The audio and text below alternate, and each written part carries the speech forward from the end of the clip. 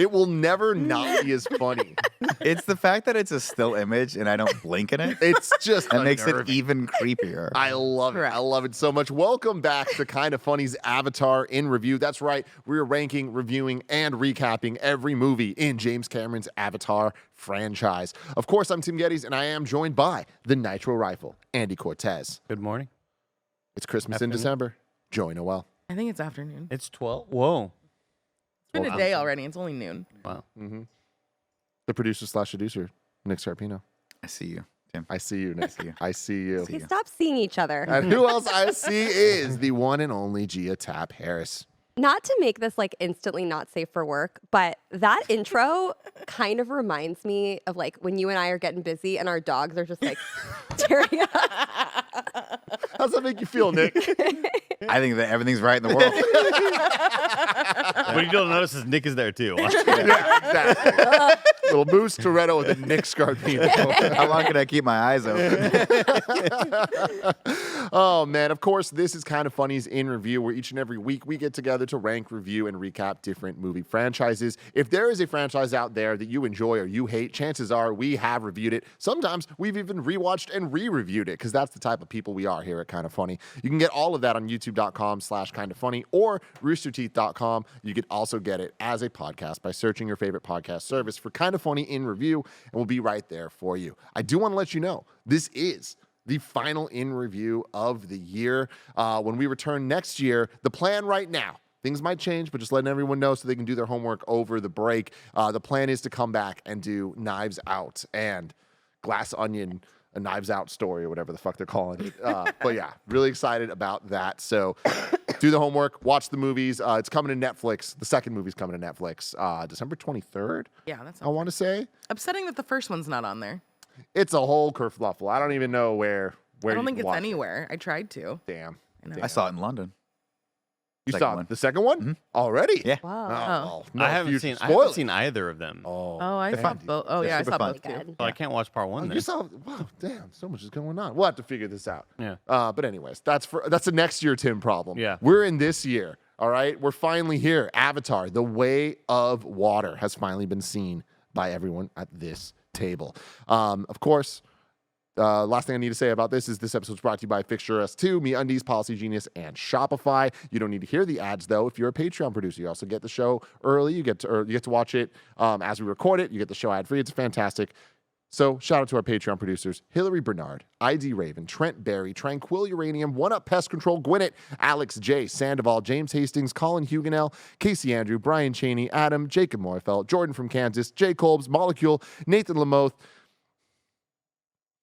Monica Boomenlock, Alex Gradle, Streakin' Ain't Easy, Gordon McGuire, Jason L., The Nanobiologist, Arrow Joe, DJ Kento on Twitch, Donald Eccles, and Sean Valoric. If by chance, Monica Boomenlog, you didn't watch our Into the So Spider-Verse trailer reaction, don't. Just don't. So I sorry. apologize for Greg Miller. And you know what? Nick Scarpino as well. I laughed. I did. The thing about it is Monica knows, right? Monica She understands how powerful of a last name that is. Mm-hmm. And you can't put that on a Patreon list without knowing that it's a 60% chance it's going to be a thing. Turning into a thing. It's a movie character name. Like, it's very good. I like I mean, we're not. It's not Burt Meg level, but it's very close. Yeah, you were correct.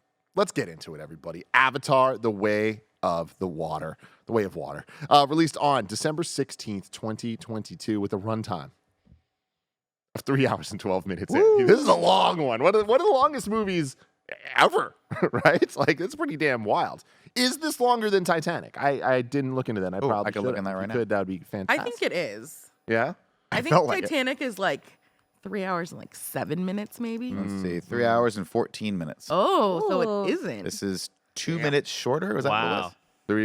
2 minutes shorter. 2 minutes shorter. Damn, James. But if you suppress Same amount of the- water. Crazy. if you suppress the credits from both, I wonder if Avatar would sneak in because there were so many credits. There was probably so many credits for Titanic, too, as well. Mm. Gee, the Yeah. boat all the wasn't fish, real. all the It wasn't even a real What? boat. Yeah. The whole thing. Whoa. Directed once again by James Cameron. This one was written by James Cameron, Rick Affa, and Amanda Silver. known for the Planet of the Apes trilogy. Oh. Yeah. Music was done this time by Simon Franklin because, of course, like I said last week, James Horner unfortunately died. So they did a lot of arrangements of the music from the first movie. They actually used some music straight from the first movie, but also there was a whole new score by Simon. And this time, the featured pop license song in the credits, The Weeknd. So that was a fun little adventure that I didn't expect at the end of the day. Honestly, the way that they auto-tuned his voice with everything made it work, but just not what I'm expecting for like an end of movie epic. We get Sticks out Celine like a sore thumb. Dion, we got Lady Gaga earlier this year in Maverick, and then The Weeknd. Yeah, and I will say that Lady Gaga song really grew on me. I Didn't like agree. it, and now I'm like in the shower. G's heard me a bazillion times. I would love, Yes, I have. love to hear Tim singing in the shower. He doesn't sing, but his music selections like speak volumes. Oh, he actually just plays music in the shower. He plays Okay. music, No singing. no You got a singing. little Bluetooth speaker? What you got? What you got going on? I got a whole Off the phone? It's a whole balcony. That's a lot surround, of good surround speakers there. sound. Surround sound in my situation. mouth. Tim doesn't like to shower and quiet. You're a fucking freak, dude. Crazy. But anyways, this movie. So Avatar 1 was one of the most expensive movies ever made with an estimated budget of $280 million US. The estimated budget for this one is between $350 and $400 million.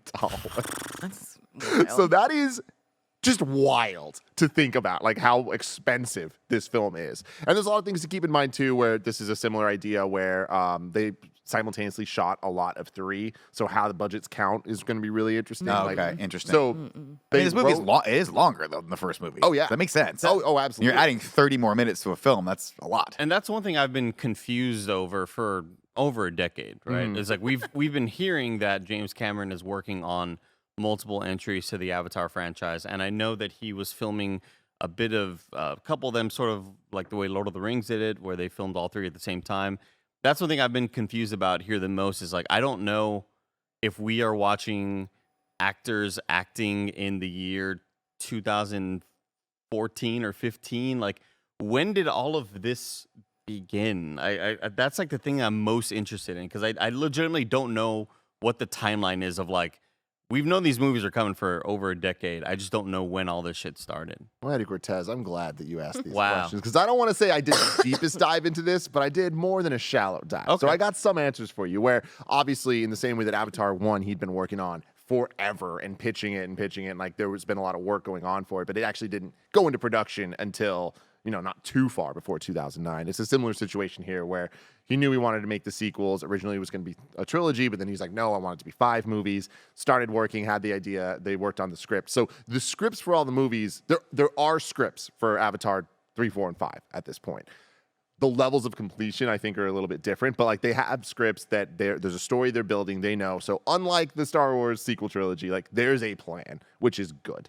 And then on top of that, with this, it's all about the tech with James Cameron, with Right. Jimmy C, right? So he's out here trying to decide what's the next tech going to be for the movie, and the big one for this was underwater cameras, where it was the first time that there was rigs made specifically to be able to shoot underwater and like get everything right how he wants it to and have it to be as like crisp and beautiful as possible. And he actually used Kev, if you're listening to this. He actually used Alita Battle Angel as like a beta test for the underwater camera stuff for certain scenes for this movie. So Like he's underwater been, motion capture and all that. exactly. Yeah. So a lot of the different movies that James has been producing, he's been like testing out tech for the Avatar sequels along the way. It's like how in every Dark Souls game you always get a little glimpse of like what the next game is going to be. Exactly Really what cool it is. stuff. you know. Exactly A what it's couple like, geniuses, Miyazaki and Cameron. Exactly. Put them together, see what happens. But the other exciting thing, Kev, is this week started talking about Kev just barked. I really want to watch Alita Battle Angel. But there's talk of a sequel, Kev, to Alita. To Alita. So there's some hope out there. That's a good movie. I had a great time with it. So very excited about that. But anyways, what's interesting is from what I read, and again with these movie production shit, anything can change. So much can go down. But the plan right now is Avatar 3, 4, and 5 are going to be every 2 years. They have a December release date locked at Disney. Well, they already have the script for 4. And well, As that news popped. that's the thing. There's like they had the scripts for up to all 5 of them to some state, but supposedly 3 is almost finished production wise. Oh wow. So it's like things are like really on track now to like. That's get, incredible. You can't say no now, Disney. They want to. I You're in mean, too deep. yeah, it's incredible to think about that he used all that time wisely. It's random. It's like, how did you actually planned for this? That's Whoa, weird. who the fuck would have In thought? this day and age? God. So box office, obviously we don't have numbers yet because it's not actually out. So we're just kind of dealing with some predictions at this point. But with Avatar 1 currently being the #1 highest grossing movie of all time with $2.923 billion, it's a tall task for it to supplant that. I don't think that's going to happen. Yeah. But predictions are looking pretty good right now. But predictions for a movie like this, I think really don't mean too much because like there's a lot of X factors of like, is this movie going to hit the way the 2009 one did? People are kind of not expecting that, but again, never count out James Cameron here. But when it comes down to Avatar: Way of Water, it shouldn't be overly surprising that the prediction numbers are sitting around 150 million for the opening weekend, which is of course double what the first one managed to bring in. So opening weekend of Avatar 1, 77 million. This would be bringing in predicted 150. But to put that in context of 2022 and where we're at with the IP machine of Hollywood, Doctor Strange in the Multiverse of Madness and Black Panther: Wakanda Forever opened with 187 million and 181 million. So those are higher even than the projected for this one. So we'll have to see next week. Well, he's also got the entire holiday season to go into, right? Everyone's going on break. And You got a lot of 3D. families together. You know, families go like, hey, what are we going to see? Oh, what about that one with the water and the blue kittens? And you're like, yeah, let's go see that one. Let's That's go good. see them kitties. And a lot of people were tweeting at me asking, like, what is the right way to watch this movie if it's possible for you? And this is very complicated. There are more options for this movie than I think any movie in history. But there is a short and sweet answer if you're in a major metropolitan city, and that is Dolby. Dolby is the preferred way. The way that we saw it is the way James Cameron intended. It's the way they showed it at the premieres. And there's 3 factors that come into play here: the resolution, the frame rate, and is it 3D or not? There's IMAX. And if you go to IMAX with dual lasers, which is the best IMAX possible, unfortunately, it can't do 4K, 3D, and high frame rate. So even if you're going to like the Metron's IMAX, which is one of the nicest IMAXs in the world, you're only getting a 2K image instead of 4K.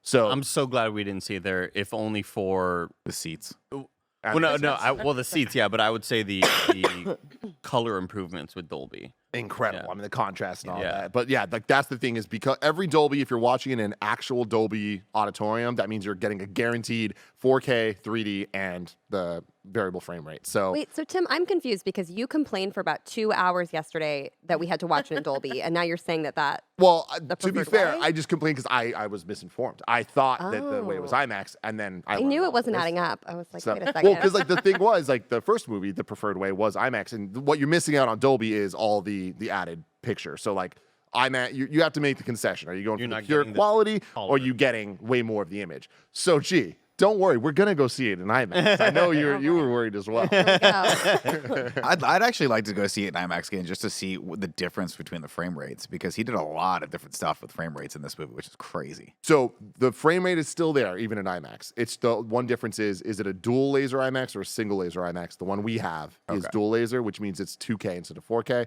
But if you get a single laser IMAX, you're getting 4K with high frame rate. The okay. only way to see The non-high frame rate's frame rate is not a Dolby, not an IMAX, just like a normal theater. And you just locked at 24. Tim, I think the very important question is it coming 4DX and how long till I can see it there? Oh, it's coming hard in 40X, Kevin. You can see it this Friday. 40X, if 40X, you're going to be saturated by the time you leave that. Oh yeah, there's gonna be like a I'm gonna lot of get We're gonna water. sit in the pool. it's just a kiddie pool. It's at gonna every be scene. fucking great. But anyways, that's all the stats for you, all the details that you need to know. The DDs. Yeah. Andy Cortez, I want to start with you. We're going spoiler free for this again. So, what did you think of Avatar: Way of Water? Let's start off giving you a review on the Kind of Funny scale 1 to 5, 1 being terrible, 2 being bad, 3 being okay, 4 being great, and 5 being amazing. I'd give this a 4 out of 5. Great. This is a movie that I plan on seeing many more times in theaters. I was so excited to be able to text my dad, who's like super into visuals, just like I am, and that he's kind of what got me into graphics. And we'd always watch like the making of Aliens back in the day, and all these sort of cool little featurettes. And so he was like, "Oh man, I really hope we get to see that." And I immediately texted him like, "We have to watch this the most expensive way possible because like it's clearly the best way." I think the story is fine. The story goes some places with different plot lines where it sort of feels like they forget what the movie's about, and even I forgot what the movie was about in certain instances where you kind of forget what the actual conflict is. They kind of go into different places, and I think a lot of it is just the length of the movie that adds to a bit of that. I think the writing is kind of piss poor in a lot of areas. Bad acting in some spots. Weird casting choices. I like how you're just talking about the exact same character. No, I would say like a whole kind of group of people I think were just like added in there, and they all felt really, really bad to watch. I just didn't like watching them on screen. Even a couple of main characters I wasn't huge fans of. That being said, I think it like the final act of this movie is pitch perfect. Like music, action, visuals, and there's no amount of hyping up the visuals that will actually prepare you for how good the movie looks. This is, I'd read that interview with James Cameron where he talked about how, ILM, they're doing great stuff with Marvel and Thanos looks great, but here, what we're doing with Weta Workshop and our visuals, like, they blow that shit out, And I was like, all right, chill out, James Cameron. Like, I know you're you got to promote your movie, you got to like talk your shit, but damn. He was right. I didn't expect it to look that good. There were so many moments where they almost looked like prosthetics. Like it just looked like people, right? And I think some of the more startling moments were high frame rate moments where there are other humans involved. Those were the moments that looked the most like jarring to me because I don't mind seeing CG characters in high frame rates. We play video games all the time. We see like awesome cutscenes in 60 frames per second. So all that stuff I'm pretty used to, and I loved it. I had no problem with all the frame rate changes, except for when there was a human in the, for whatever reason, a human being there. That looked like the most jarring, and that looked like the most like stage play. Yeah, it looked very, very odd in some moments. But for anybody who was worried about the changes in high frame rate, I had no issue with it. I loved anytime they did it. Goddamn, this movie took this long for a reason. Like the product is there. You see why it's so expensive. It totally makes sense. I see you. Yeah. Highly recommend it. I can't wait to watch it again. It's very, very long, but I'm very stoked to just experience that again. It is an amusement park theme ride at its finest. Joey Noel, what would you give it on the Kinda Funny scale? We were talking about this a little bit earlier, spoilers, between G and I, because I didn't realize I needed to give it a score. But I would also give it a 4 out of 5.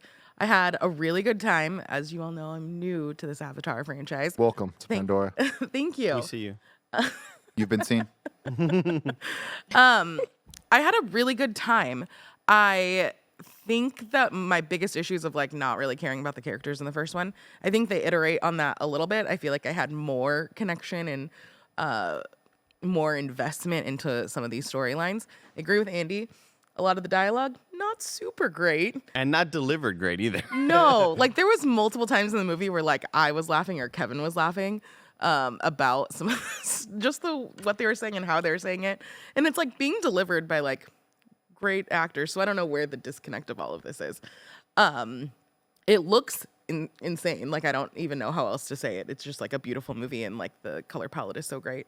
It is just so punishingly long.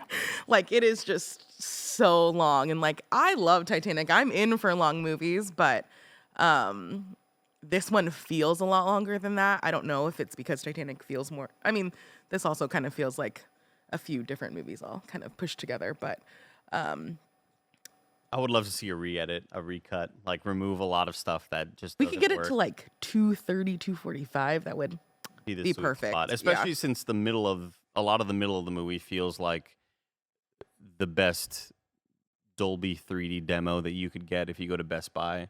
They're like, sit down here, man. I'm gonna show you. I'm gonna take you for a fucking ride. Take this edible. I told Nick that I was like, I wish we were stoned. Bro. Because like, I was like, you're not. a lot of the middle of this movie, I feel like it's long and it.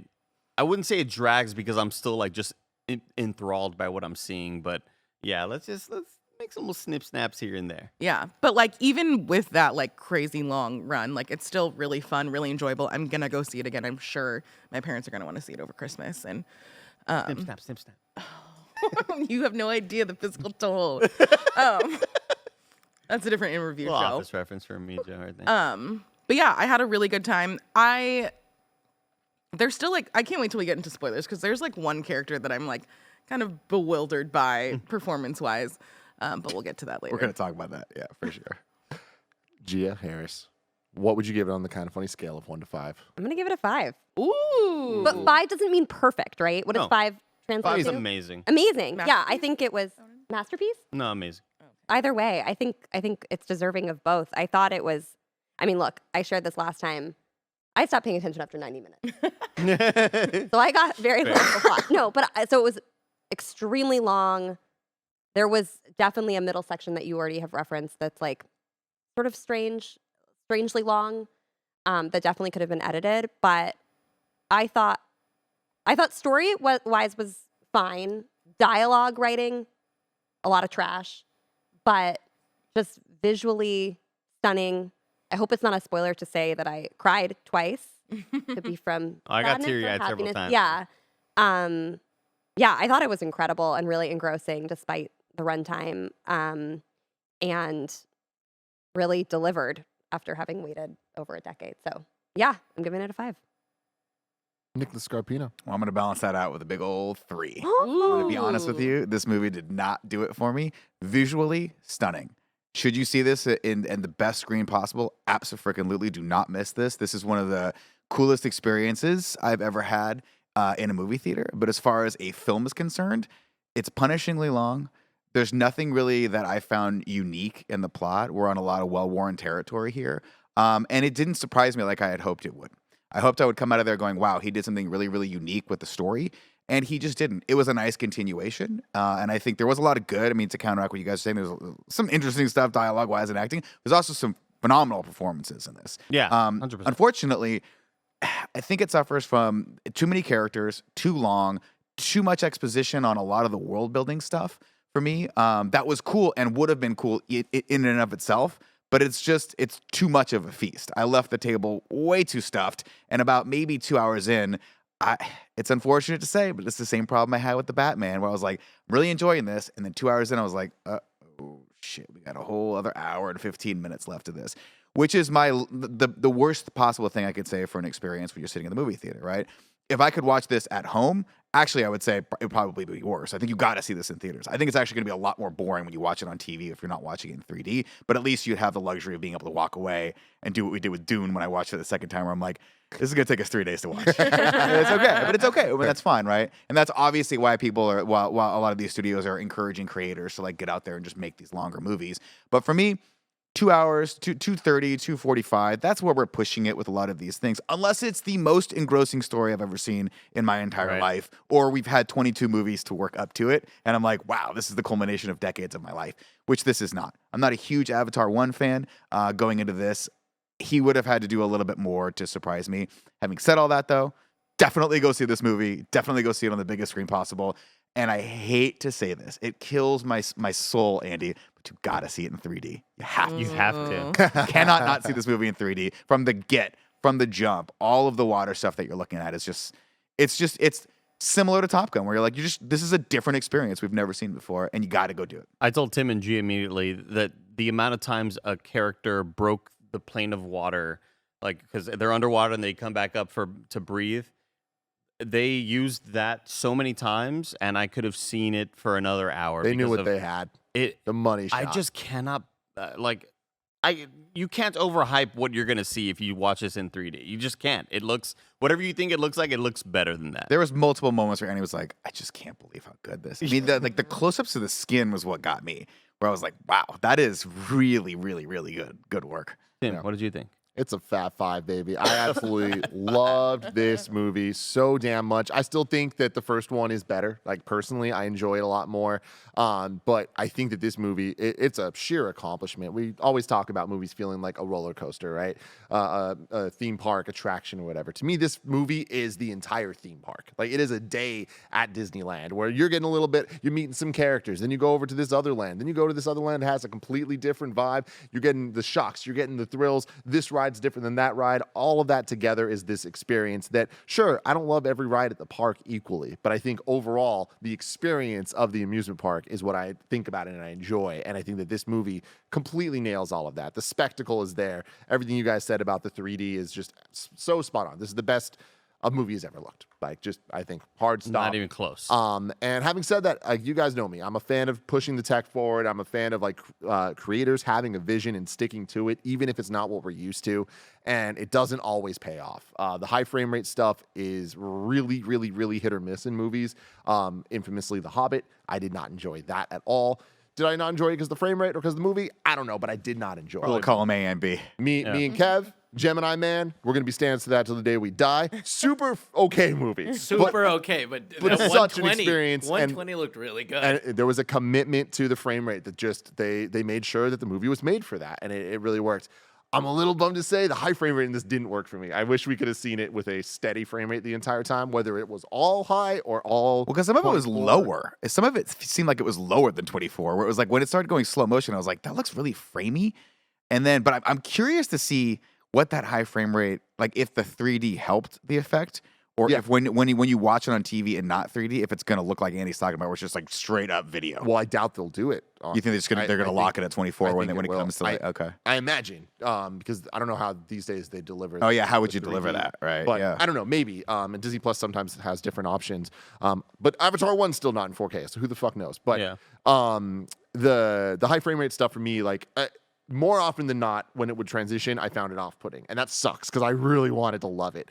But in any one moment, I loved it. I just feel like I didn't have enough time to kind of like get used to it before it would change to the other thing, and then it was that jarring effect where I was like, ah, damn it. But the rest of it to me, I love that it's not it's a story that we've kind of seen before, elements of before, but like it's just done really well. Like I feel like all the dialogue, the problems that I agree with you on, I not just look past them. I feel like they're what makes this movie work because there's so much stuff. I disagree with you, Nick, about the exposition. I think this movie made the call to have less exposition and more just, we're going to sit in this for a long time. And that's why I think the middle of the movie kind of feels weird because it does feel just like you're just walking around a part of Disneyland as opposed to like getting on a ride, but it's still a lot of like, it's interesting and they're kind of like teaching you a lot of stuff and allowing the characters to kind of show us instead of tell us what's going on. But there is a couple bizarre choices where oftentimes I was like, what's this main character up to? We haven't seen them for Yep. well, Yep. what's that character up to? Like a whole hour there It in almost the middle. it almost felt like James Cameron was like, these scenes look too Well, good at not having the movie. But that's the thing, right? This movie for James Cameron, I bet if you sat and asked him, is not about the individual character, right? Because who's the main character of this movie? I mean, It's I don't the- want to say it because, yeah. Right. Yeah. That's what I'm saying, right? It's like, it's less about that and more about him really just being like, yo, I love ocean stuff. I want to show you all this cool stuff that I mean, he does. James Cameron's obsessed with it. He's mounted expeditions down to the Mariana Trench. He's the Titanic. I think he single-handedly lifted the Titanic. Checked it out. Was like, put it back down. It's more about this. This is much more about the experience. And James Cameron is a phenomenal storyteller, but I think this is just, that's not what he was going for here, right? He wanted you to sit in those moments and be like lost in the movie for a little bit. And you feel that. And you feel like, I think that's actually kind of a special thing. Like, I think it does bog the movie down a little bit as far as like an overall storytelling movie. But there's moments in this where I was just like, oh, like I'm engrossed by what I'm watching. And then you do come back to it, like, oh yeah, we got to wrap this plot up at some point. I mean, see, my thing is like, it's a blockbuster cinematic classic. Like, I feel like they just committed so hard to all this, where I love that the framing of this movie, again, this is the first of its kind, where we are so used to reboots and like requels and everything in between, like remasters, whatever the hell you want to call it. And most of those are things like, oh, Star Wars, which was the 70s and 80s. And like we got the prequels in the 90s. And then, oh, we got the sequels in the 2010s. This is the first time we're getting a like delayed sequel from a quote unquote modern movie, right? When we've often talked on In Review about like what a modern movie is, and we usually reference like 2007 and 8 as the beginning of, we can watch Transformers 1 or Iron Man or Dark Knight and be like, yeah, those feel like modern movies. Like not entirely, but like I feel like they are the beginning of this modern era we're in. And for Avatar to come out in 2009 to now get the sequel, it's like this is the first time we have ever gotten something like this, especially on this scale. And I think that he did such a good job of treating the first, let's just call it the first act of this movie, which is really like an hour, as kind of a rehash of Avatar 1 in a way to like get people familiar, but with some twists. Then we get that sit in the world, and then what Andy's talking about, the final act, which is just absolutely incredible. And it's like an hour and a half of just nonstop, perfect insanity. Last thing I'll say about this before we move on to the ads and the plot is this movie reminded me a lot of Avatar 1 to Avatar 2 reminds me a lot of Star Wars A New Hope to Force Awakens, where it's a lot of the things that we loved from the first one. There's a lot of similarities. It's a lot of the same territory. We're just going over it again with a new coat of paint and some new stuff with a lot of changes. And I think at the end of the day, this movie does a better job than Force Awakens does. And I'm a lot more hopeful for the future. And I was really hopeful at the end of Force Awakens that we were going to get something special. But this movie made Avatar a franchise, and I can't wait to watch more of these movies every 2 years. I hope they keep the quality up. I hope they keep wowing us. The moment this movie ended, I would have watched it immediately again. Like, that's how into it was. And I said, no, we're going home. Runtime did not bother me. 10:30. And I'm going to watch this many times in theaters. Can't wait to go with Cool Greg, who was not over there. I just pointed at nobody. But anyways, we are going to cut to all the ads in a second. Patreon people, thank you for hanging out. Come back on Friday to watch the plot recap. We promise it's going to be good. Until next time, I love you all. Chat. Goodbye.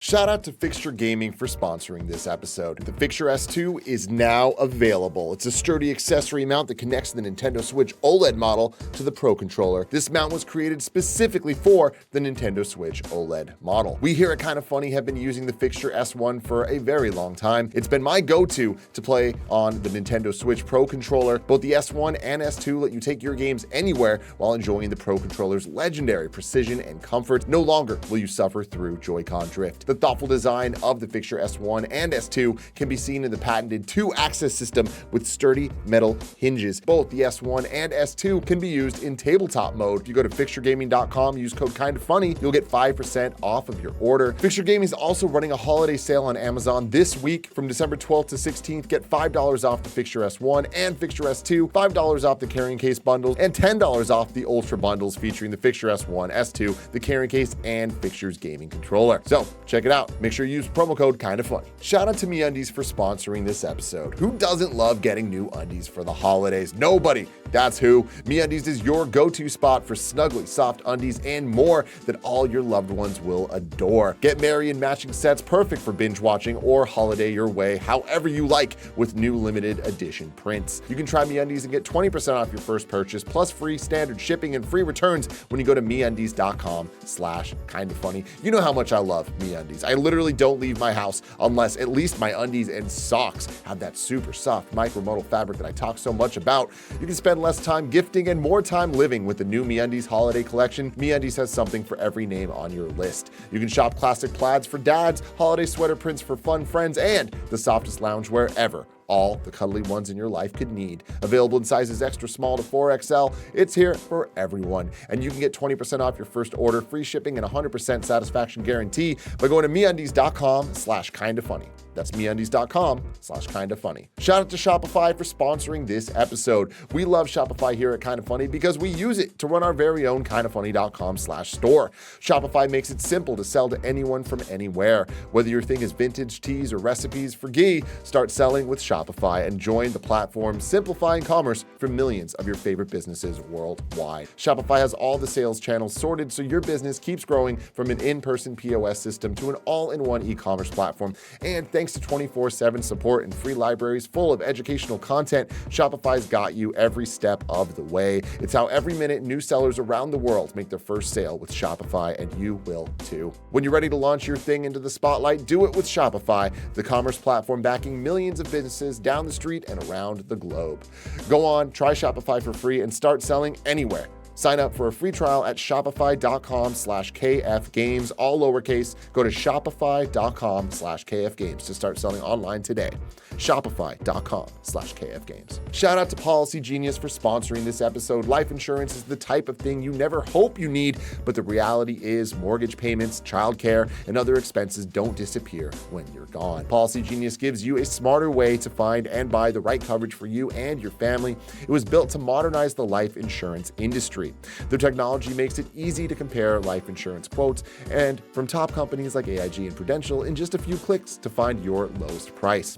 With Policy Genius, you can find life insurance policies that start at just $17 per month for $500,000 of coverage. And Policy Genius has licensed agents who can help you find options that offer coverage in as little as a week. They're not incentivized to recommend one insurer over another, so you can trust their guidance. There are no added fees, and your personal info is private. Your loved ones deserve a financial safety net. You deserve a smarter way to find it and buy it. Head to policygenius.com or click the link in the description to get your free life insurance quotes and see how much you could save. That's policygenius.com.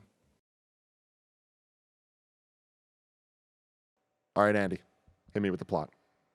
Here's the plot. It's time for the plot. Nick, tell us the plot. Ladies and gentlemen. Keep going. I'll be right by with keep you. going. Avatar, The Way of Water. Hey, let's catch up with Jake Sully, man. What's that guy been up to? Oh, a lot of procreating. He's been smashing his off time. He's been getting it, dude. This dude's got like 90 kids, one of whom is a little boy that looks like Tarzan that runs around in his loincloth the entire time. Name's He's like Spider. He's an adopted kid, and the other one is the Immaculate Conception, Jesus Christ herself, Dr. Grace's daughter, or AY, Grace, more likely. That hair penis has been working. Oh There man, were that thing is so sore. many uses of the hair penis, And every time. Every time the hair penis happened, I'd hear Nick go, What Andy didn't Maybe hear I'm was happy when we you got to didn't the say water the people seeds. and they got mad. They went, and I kept doing that to Andy, but he just refused to turn I around. refuse. I refuse. Quick question about The hair penis? No, the Immaculate Conception child. That was Sigourney Weaver's voice modulator, right? Yeah. That I think was, so, yeah. Was that freaking anyone else out? Yeah, 'Cause I- 100%. Yeah, I didn't. It was feel weird. right. But I'm just happy that they got Sigourney Weaver back. I'm happy to always see her on screen. They could voice modulate her. I don't care. It's great. It didn't really look like her though. It did. I think it did. did? Yeah. Totally. And then there was a moment where she like spoke out of the side of her mouth and like kind of did a thing. I was like, oh man, that is so Sigourney. It's weird. Yeah. I don't know Classic what they did. I don't know if Sigourney. it's her doing a different performance, but she did a phenomenal job, in my opinion, separating those two characters. Because we see her later, and she's actually there, and that's a gripping scene where she's like my daughter, and then it goes around. Anyway, we're getting a lot. We're just getting caught up, man. He's like, we're not in the forest anymore. Now we're up in the sky, and everything's good. And you're like, Got a oh, job that's at cool. State Farm. Yeah. Great. We're introduced to his two sons, younger and older, and they're kind of knuckleheads, as two boys are. He's running his family very like a Marine. He's he's on me, and they're like, yes, sir. They call him sir and all that stuff. And he's still happily married to Neytiri, and they're just crushing life. Everything's great until the space people come back, which nobody ever saw or planned for. There's no possible way we could have just predicted that these humans were going to come back to this planet worth trillions of dollars. Yeah. And this stomp is- shit out. And immediately I'm thinking, all right, well, we got 3 more movies of these. How many more Death Stars do we have to blow up? Yeah. Like how many more times? This is what I was like alluding to in the pre-plot part, where this whole beginning part really just felt like, all right, let's just do the plot of the first movie, but from the perspective of the bad guys becoming them to refamiliarize everyone without doing the exact same movie. And I feel like that is necessary for a sequel like this, but that is where it just starts to feel like it's another Death Star. Like it is just the same thing. So, I mean, I think this movie I think what kind of holds it back a little bit is that James Cameron sort of he has to set up the next few movies, and I think this movie actually really does that. Oh, I thought you were going to say the thing that held him back was the shaky cam coming back again. Love it. Hate it. Fucking hate the it. digital shaky cam zooms, dude. Oh. It's not found footage. This isn't an eyewitness helicopter camera. Like It's not Cloverfield. Well, It's yeah, like, what like is this that isn't thing? a dude with a camcorder. I hate like the fit. It just reminds me of like a bygone era that is like still here. I did not notice any of that. In fact, one of the things I did walk away with, I think it was Russell Carpenter shot this, and I was just like, dude, fucking A. Like, you shot the hell out of this movie. But we set up a lot. We have to catch up. We have to set up. It's been years since the audience has seen this world. So Jake's like, yo, this is what's going on. We're fishing now. We're cool. Everything's great. But, they come back. And they're led by none other than Mrs. Soprano. Edie Falco's in this movie. So random. And man, she is comically holding a cup of coffee every single time. Every single time. She's just That's her thing. Good. That's kinda characterization. feels like she feels so oddly out of place Out in this of place. entire Agreed. movie. It's like, and I love Edie Falco. oh no, I She's think one awesome. of the most underrated or underused actresses in general. Extremely underused in this movie. yeah. Well, you have to assume she's going to be the big baddie in the next Okay, couple, good. right? Because we're establishing a lot here. I'm skipping around a little bit, and you guys feel free to stop me if I miss some stuff. But we'll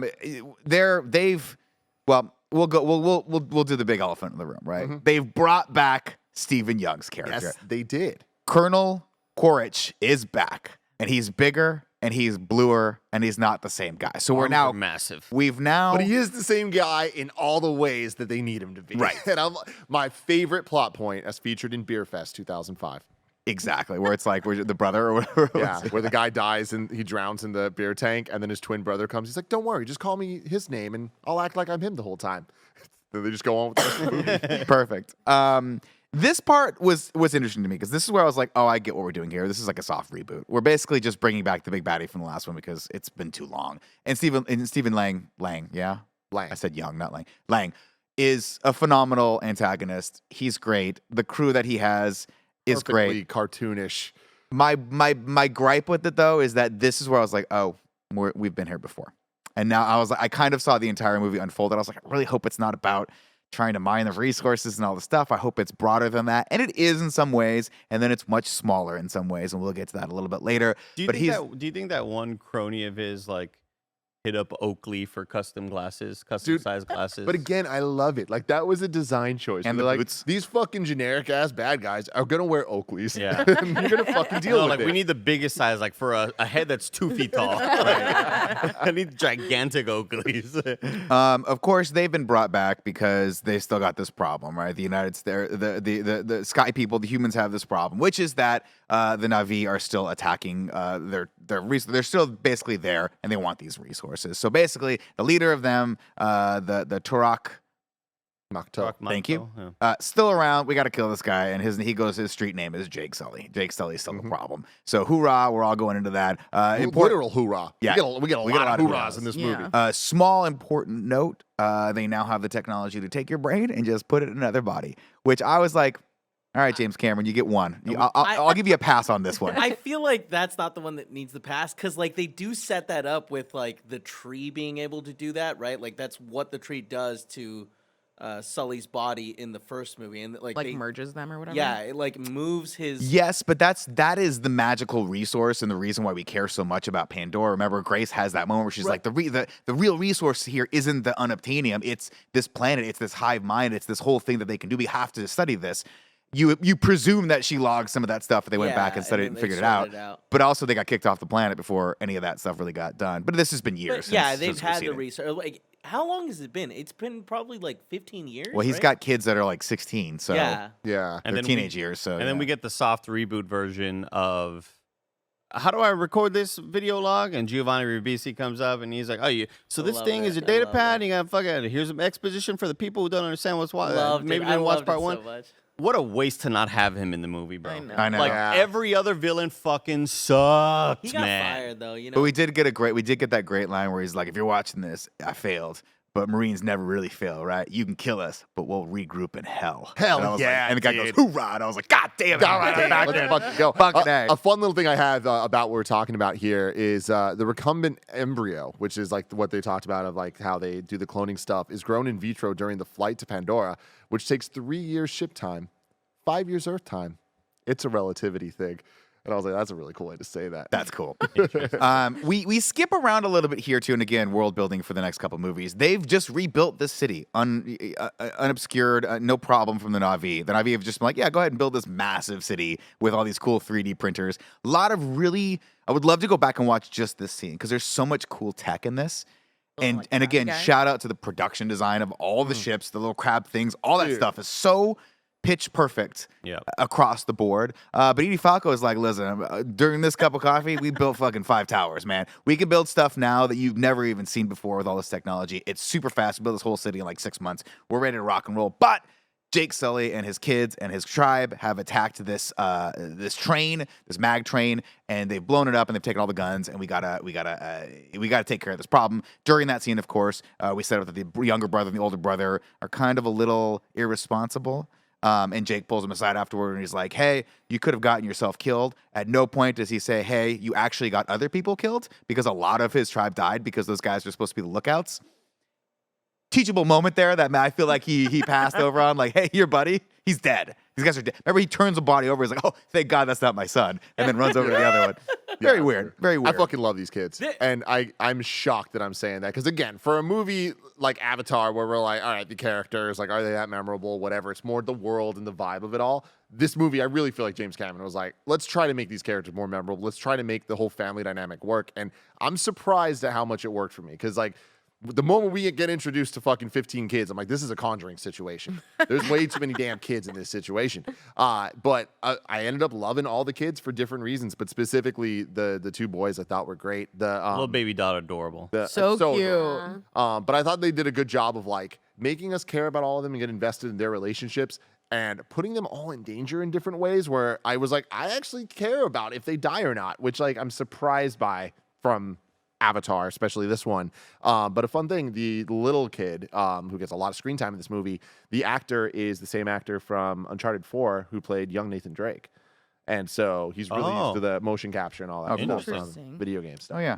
I think I also want to second that. I think that the kids were like some of the strongest performances, some of the better writing, and I think maybe we put some more focus on the adults. Yeah, next time. I mean, what is it about their performances and their writing that like worked, but all the other villains that get added later just did not like it just felt like different writing teams. I don't know, but I'd say my only problem with it is spoilers for later on in the movie. This is a spoiler filled part of the podcast anyway. I think we get enough of, well, you're the perfect son. But like I don't feel like we got enough of, like, the movie is so long. I don't think we got enough of dad and oldest son really bonding in a way that kind of makes me like, I'm still sad at the end of it because I think the performances bring on the tears and the emotion there. But I don't think we got enough of like dad and oldest son kind of having this really, really strong bond, because he's the I would say, quote unquote, better of the brothers or whatever, because the younger one always feels like he's the disappointment. He's always the one black sheep, fucking up. yeah. Yeah. And when we get that death near the end, I'm like, the emotions and the performances are really doing it for me right now, but I wish we had more older son and father moments of like sort of teachable stuff like you were mentioning earlier, because we get the Sullys always stick together sort of catchphrases, but I don't feel like we're shown it enough, especially with how long the movie is. Like, there was a lot more opportunity to have that, I think. And I agree, and I think that it's just too many kids, in my opinion. Like, I think it should have been 3. It should have been Grace, who's the surrogate, like their adopted sort of surrogate child, the older brother, and one other for that dynamic. But there's 5 kids, right? Am I crazy on that, including Spider? Yeah. So that's a lot of characters. And James Cameron's a master. He did the best job probably possible with it.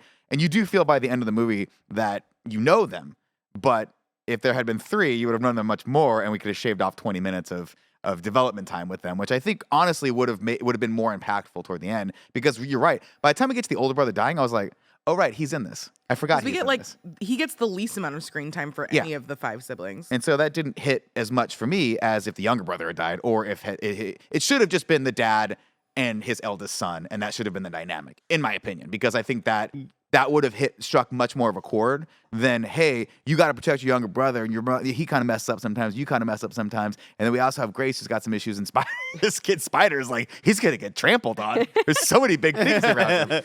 I think if younger brother had been the one to die instead, I think that would have made a lot more sense story-wise, because we have so many of those moments between him and his dad where his dad's getting after him and he's like, well, I'm not the favorite, I'm a disappointment, so you don't give a shit about me. Like, I feel like there was a lot more back and forth there to sort of warrant something tragic happening to the youngest brother. I don't know, I just wish we saw it a bit more I feel like he had more loved it. screen time with his dad. I mean, having said that, the kids did great performances, including Sigourney Weaver, who played her younger self, which I thought was great, and the little girl was adorable.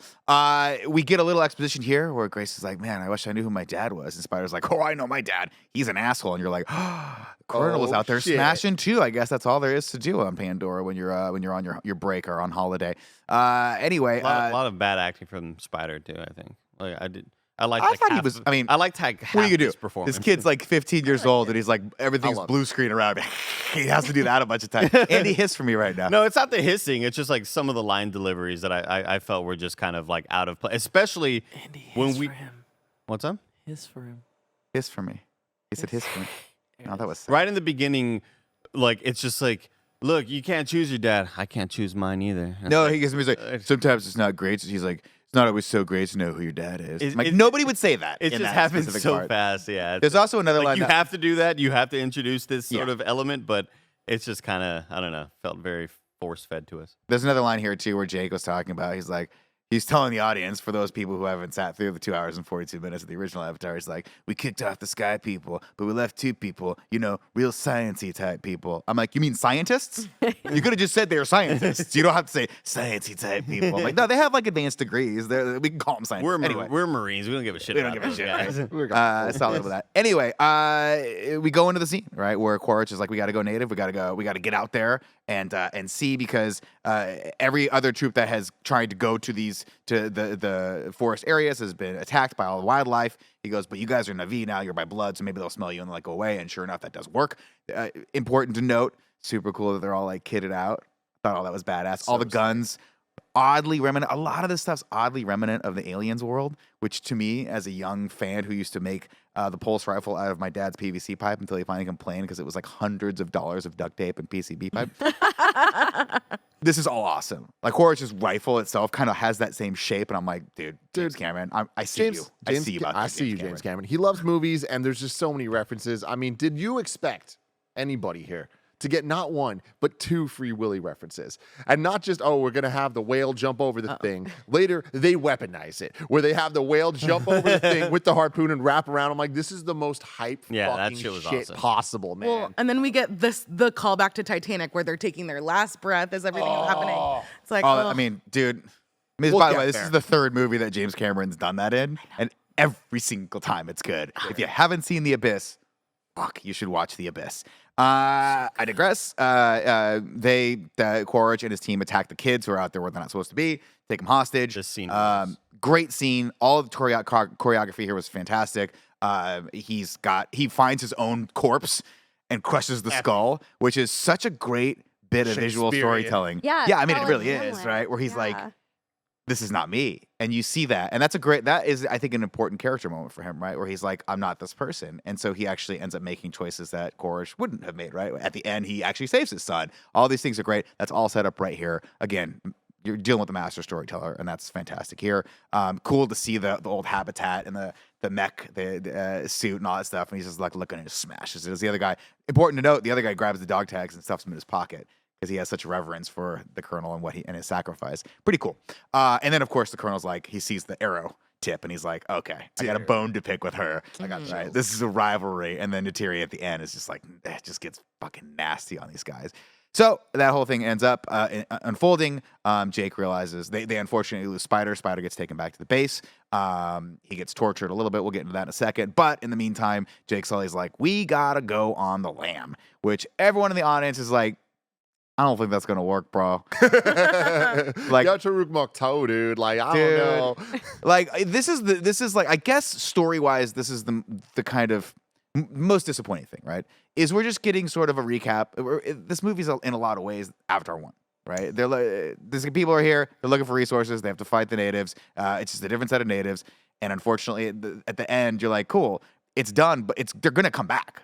There's no finality to this, and of course his final words were like, "Yeah, we gotta fight." I'm like, "Yeah, you gotta fight, dude. But what are I you love gonna do? You that. gotta go over there. They got airplanes. They can go to those islands in like 20 minutes and go find you guys." I think the beginning parts of this movie, more of the bad guys coming in and like getting the banshees and stuff, like that to me feels more like the rehash. Whereas them going to the water world, whatever it is, like I thought that was fresh. And that's where it starts to get fresh. The Yeah. family running and like deciding at the end of this movie they're not running anymore. I'm like, that I think is good storytelling and very, very different than the first movie and the plot of it. Yeah, but I mean, what's he gonna do? Now he's got to. Now he's got to get all the clans together. He's got to go fight the Sky People again, which is exactly how Avatar 1 ended. And so, But now we know the different clans more. I think that's the thing is like this I think did such a great job of expanding it where it's like we now firmly understand what the forest looks like, what the water area looks like. And like we know, I imagine that the other movies are going to get into some more of that. So it's not just a couple, like a handful of characters we kind of care about. It'll be hopefully like a Portal type situation. Obviously very different than that. But like I can hope that by the time we get to Avatar 5, we do feel connected to the universe way more than we do currently. sure. So he's like, we gotta go. Real quick, one thing I want to bring up. When later when the helicopter comes over to help the one sister that had a stroke, and they're like, okay, they're clearly somewhere in these islands. The thing that they start doing is raiding all of the little villages, right? Yeah. So isn't it safe to assume that once they left, they did that exact same thing to the like forest people? Well, Like, that was interesting I mean? because So- I had the same question, Kev. Yeah. I was like, where was the scene where they go to the sky thing and like raid that village? Yeah, because like why wouldn't they have done Well, that? I'll tell you Spider- why they didn't do it, because if they'd have shown that, everyone in the audience would be like, well, that's a really shitty thing, Jake Sully. You just left your tribe and they just got like Well, yeah. murdered. That's really bad. But that- So they just omitted that scene from the movie for the sake of the Yeah. plot, which is I mean- kind of disappointing. That's weird, yeah. What's also interesting is the raids must have stopped because otherwise they would have continued and like killed those Na'vi because they would have had Spider's insider information on how to go in there. But we see that the team doesn't do that, right? Instead, they're focusing on like getting the like dragons to fly them around and stuff. Yeah, which is interesting and Yeah. cool, and obviously Yeah. set up for later when spoilers, Quaritch is going to become one of them and probably change sides. But not in this movie. But my guess would be that's like in Avatar 4 and he dies. I think a lot of those sequences could have been skipped. Like I wouldn't mind if in part 3, after being saved by his son, then maybe it's like, maybe that's when he gets his dragon training or whatever, and maybe throughout this whole movie he's attacking on a little vehicle like all of them have. Like, Right. And not only to kind of like have that happen later in the story, but I also just think a lot of those moments kind of slowed down the movie, even though we need to see what they're doing, because there's a gigantic, after like 45 minutes, you're like, what the fuck's Quaritch up to? We haven't seen that dude in a while, you know? I think we might have missed a line in there someplace why they explain why they never went to the forest people, but the chat will let us know. Or not chat, comments will let us know, I'm sure. Anyway, we move along, and they're like, we gotta go, man. We gotta go. And so they're like, where are we gonna go? Well, we're gonna go out to the island people, the sea Na'vi, and they're all cool, and they got big tails, and they Sorry, got. big arms, One big other forearms. One other question here. We'll be fielding questions right now. Yes. So the only reason these Marines were brought back to life was to kill Sully. Like I'm gonna be honest. Like that seems really weak to me. it was about an hour and a half into this movie that I was like, I really got to question like why this is happening, because is it Yeah. really just they're trying to murder Jake Sully and that Yeah. is their I purpose? get why that they would want to do Yeah. that, and I also get why that corporation. I'm assuming it's a corporation. It might be a government thing, but like why they were like, oh, we need to have Na'vi soldiers that already know like the terrain and everything. So like it makes sense to bring back or use They're those bigger, avatars. stronger, and faster. But And they Yeah, can yeah, breathe in the train. And, Well, they're that's the adaptable. big thing. They can Yeah. breathe. They can sneak around and not because I think the ships maybe are the reason why the birds attack you. Like yeah, if you're not native or whatever, I think well, it sort of think feels it's like that. I think it might be like electric. Like Well, no, have- they had that moment where the hyenas looked at him and were like, "Cool, you're cool," and they yeah, left. that was kind of bullshit because I think in the 'Cause first they one, attacked I Jake have- Sully. Yeah, exactly. Yeah, But but it was. I think it was it's- because Jake Sully was like, "Oh no, Jake that's- Sully that's was a an good point. avatar though. These weren't avatars. Oh, that's interesting. Yeah, they're natural born or biologically born. So do Um, they have 3 fingers? Also, can Navi make a fist? These are the real questions. These are the real questions. Right? Because you remember the scene where he's like, "Hey, let me introduce you to something this 4th finger lets me do," and he makes a fist and punches him. I can make a fist with these. Gee, let me No, punch I you think with you this. need. I'm joking. Right. We'll continue on here. Of course, we go back over to the base, and they're like, "Hey, Spider, we're gonna torture you with this weird machine until your nose bleeds." And this Andy Cortez, what's the thoughts on the torture look? Because I saw this, I was like, Andy's either gonna fucking love this or hate it. You know what? Pretty indifferent on it. Really? Pretty indifferent. What? I didn't really understand what it was that was happening. It's just like this torches green light that I'm assuming whatever the science is in that world, they know that like this is the thing that kind of causes the most strain or the most. Well, they had the thing that was on his face that was trying to Thing is- pull images out of his brain. So you imagine that was like that was hardcore. That's probably painful.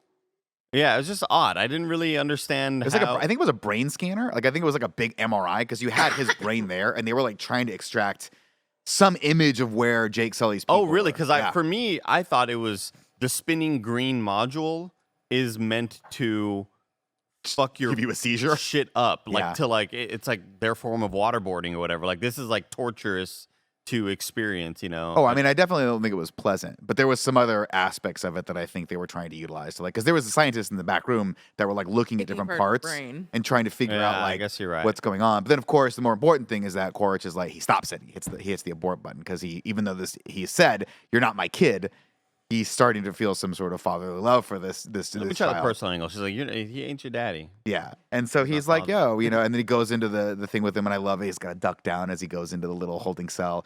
And the kid goes nuts, and he like just holds him down because he's like, dude, you weigh like 5 pounds compared to me. And again, all of these sequences, it's been so long since you've seen good CGI. Because like we mentioned last week, like we've been watching a lot of Marvel movies where the CG has just been rushed like crazy because they got to get these movies out, and COVID work conditions weren't great. So like these poor art departments and art houses that are getting contracted out to do a lot of the CG for these Marvel movies, they're rarely putting out their best work because they don't have a lot of time and the budgets aren't great.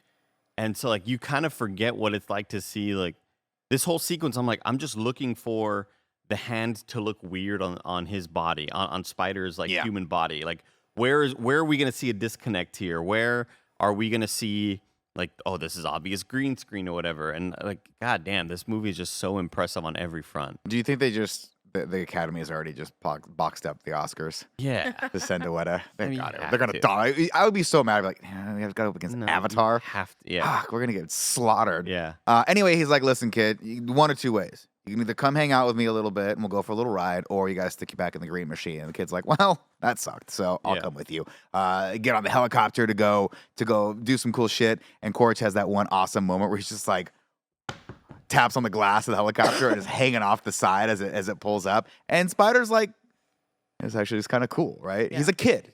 And that's what I like about this. I mean, say what you will about the writing for this kid, but I think he does a good job of being conflicted about this because he is with humans, sort of. He's kind of with his dad. He's never really known. All this stuff's cool. And if you were a kid, you'd be like, that's pretty cool.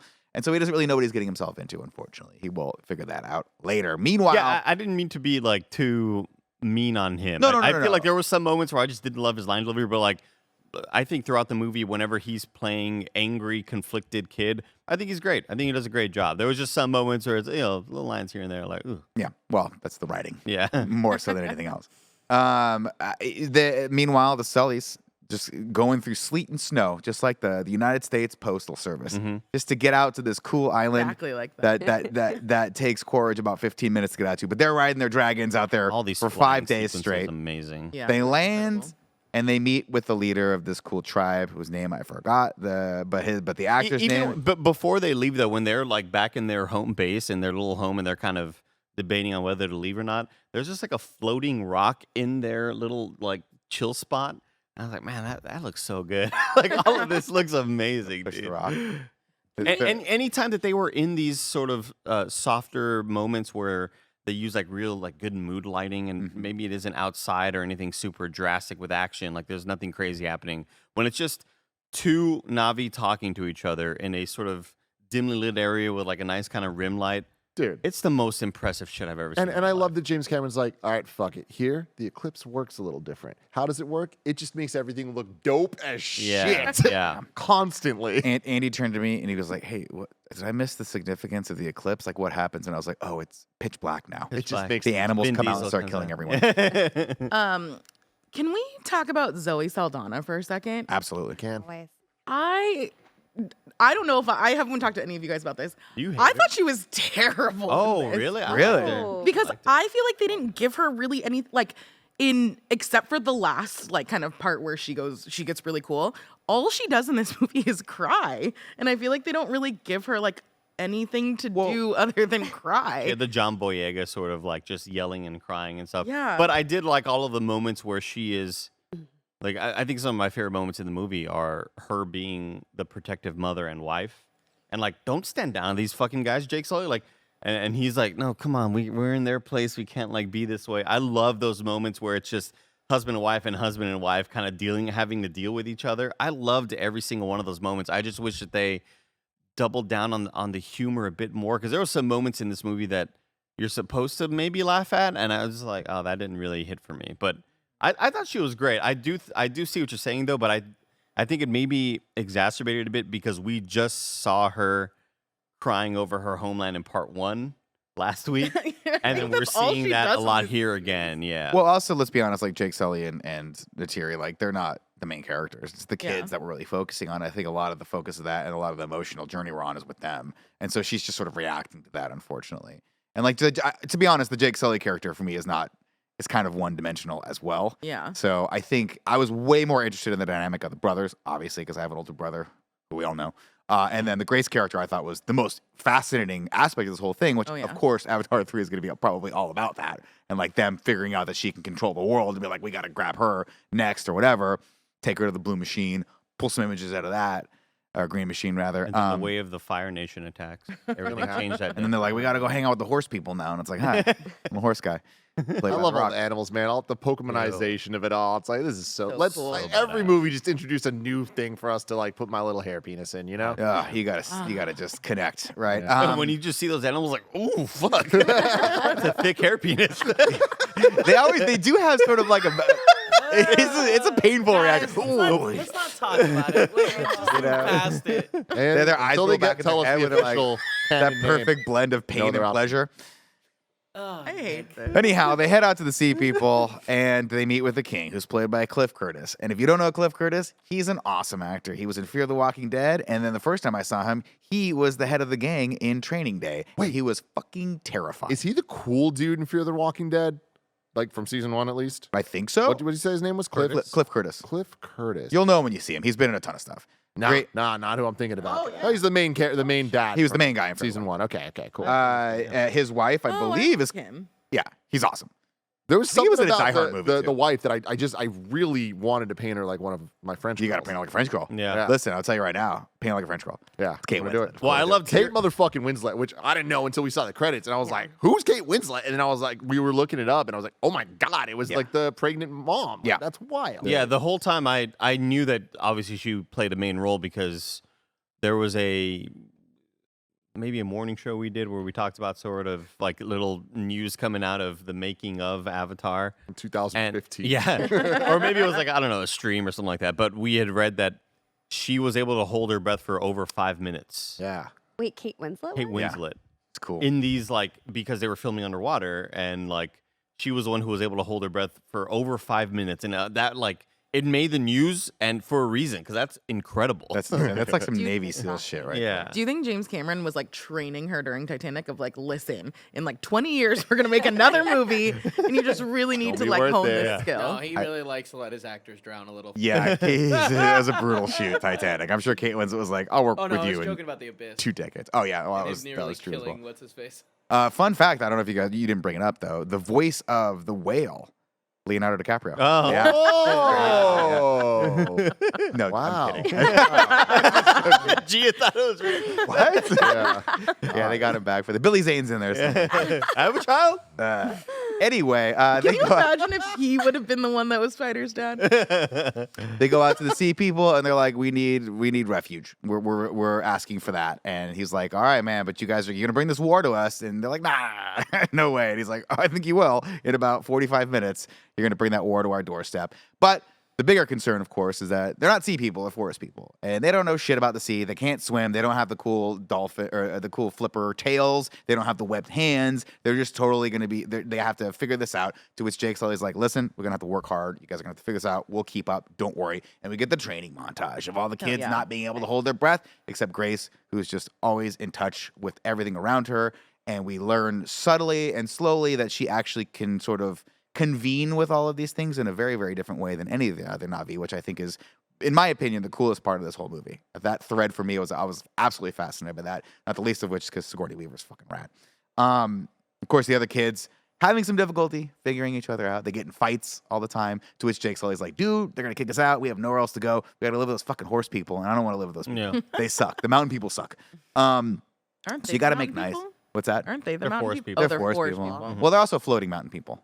I'm making shit up, Joey. I don't know how many other tribes there are. Okay? I assume there's mountain people. I assume there's some skiers. Yeah. The ones that are like their In the feet are super Icelands. long, like People in slopes.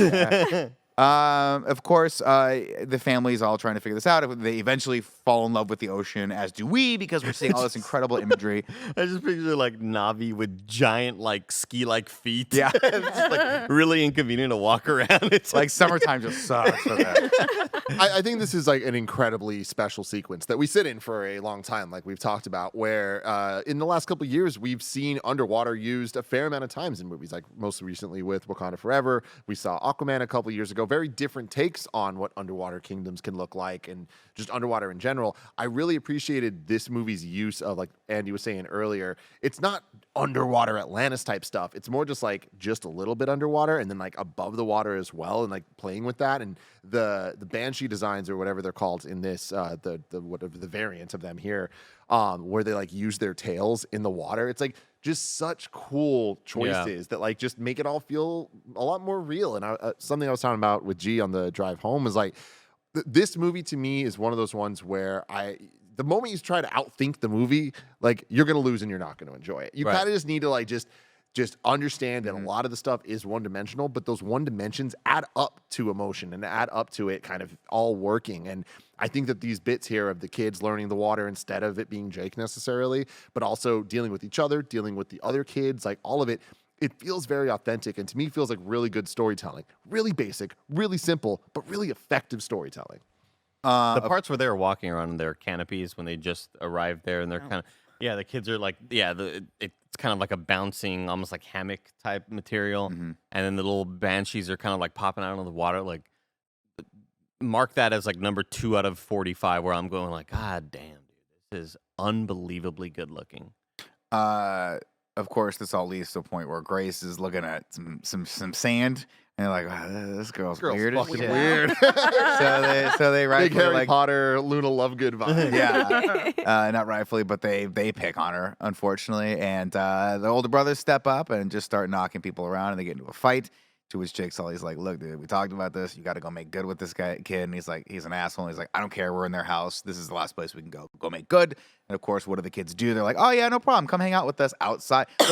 Listen, kids. We get the Finding King. Nemo Yeah. moment. Yeah. I mean, catch the listen, bus. kids. If you got a group of friends that you want to get in with, Right? and they want you to go outside of the reef, do it. Okay, be cool. Okay, Or else there's do no the movie. drugs. Exactly. Say yes to adventure. Exactly. Buy the ticket, take the ride. I did really enjoy seeing the kind of relationship between the two brothers here, where the younger brother's picking the fight, and the older brother's like trying to stop it, and then he kind of smiles like, "All right, I'm gonna fucking fight All right, with you." let's go, Yeah, bro. like, Throw it, yeah. throw it. So And then we get a great little moment between Sully being like, "How do they look? Are they fucked up too?" Yeah. He's like, Yeah. "Well, worse than us." Fucking love Good. that. Yeah. Again, And I we've want seen it more of that. before. It's Yeah. kind of simple, but it's like I enjoy that stuff a lot. And what I appreciate about this part of the movie is this is the first time I was like, oh shit, like they took Spider in the beginning, and that was like right when he was introduced, so it was a little less, oh, I'm worried about him, but that was more throughout the movie. But when the brother goes out across the reef, I was like, I'm genuinely concerned. And the fact that there's so many kids,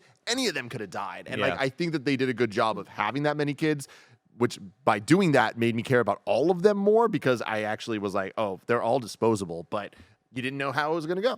Very true. Of course, they ditch this kid. It sucks, and he gets attacked by a giant sea monster, and it's a very, very scary scene. And again, It's James got Cameron like playing. snake kind of teeth. Yeah. Well, you Where, know what it like- reminded me a lot of? Head? The monster from Tremors. Oh Where the yeah. mouth kind of opens up in Yeah. multiple different Interesting. ways with the teeth in the front.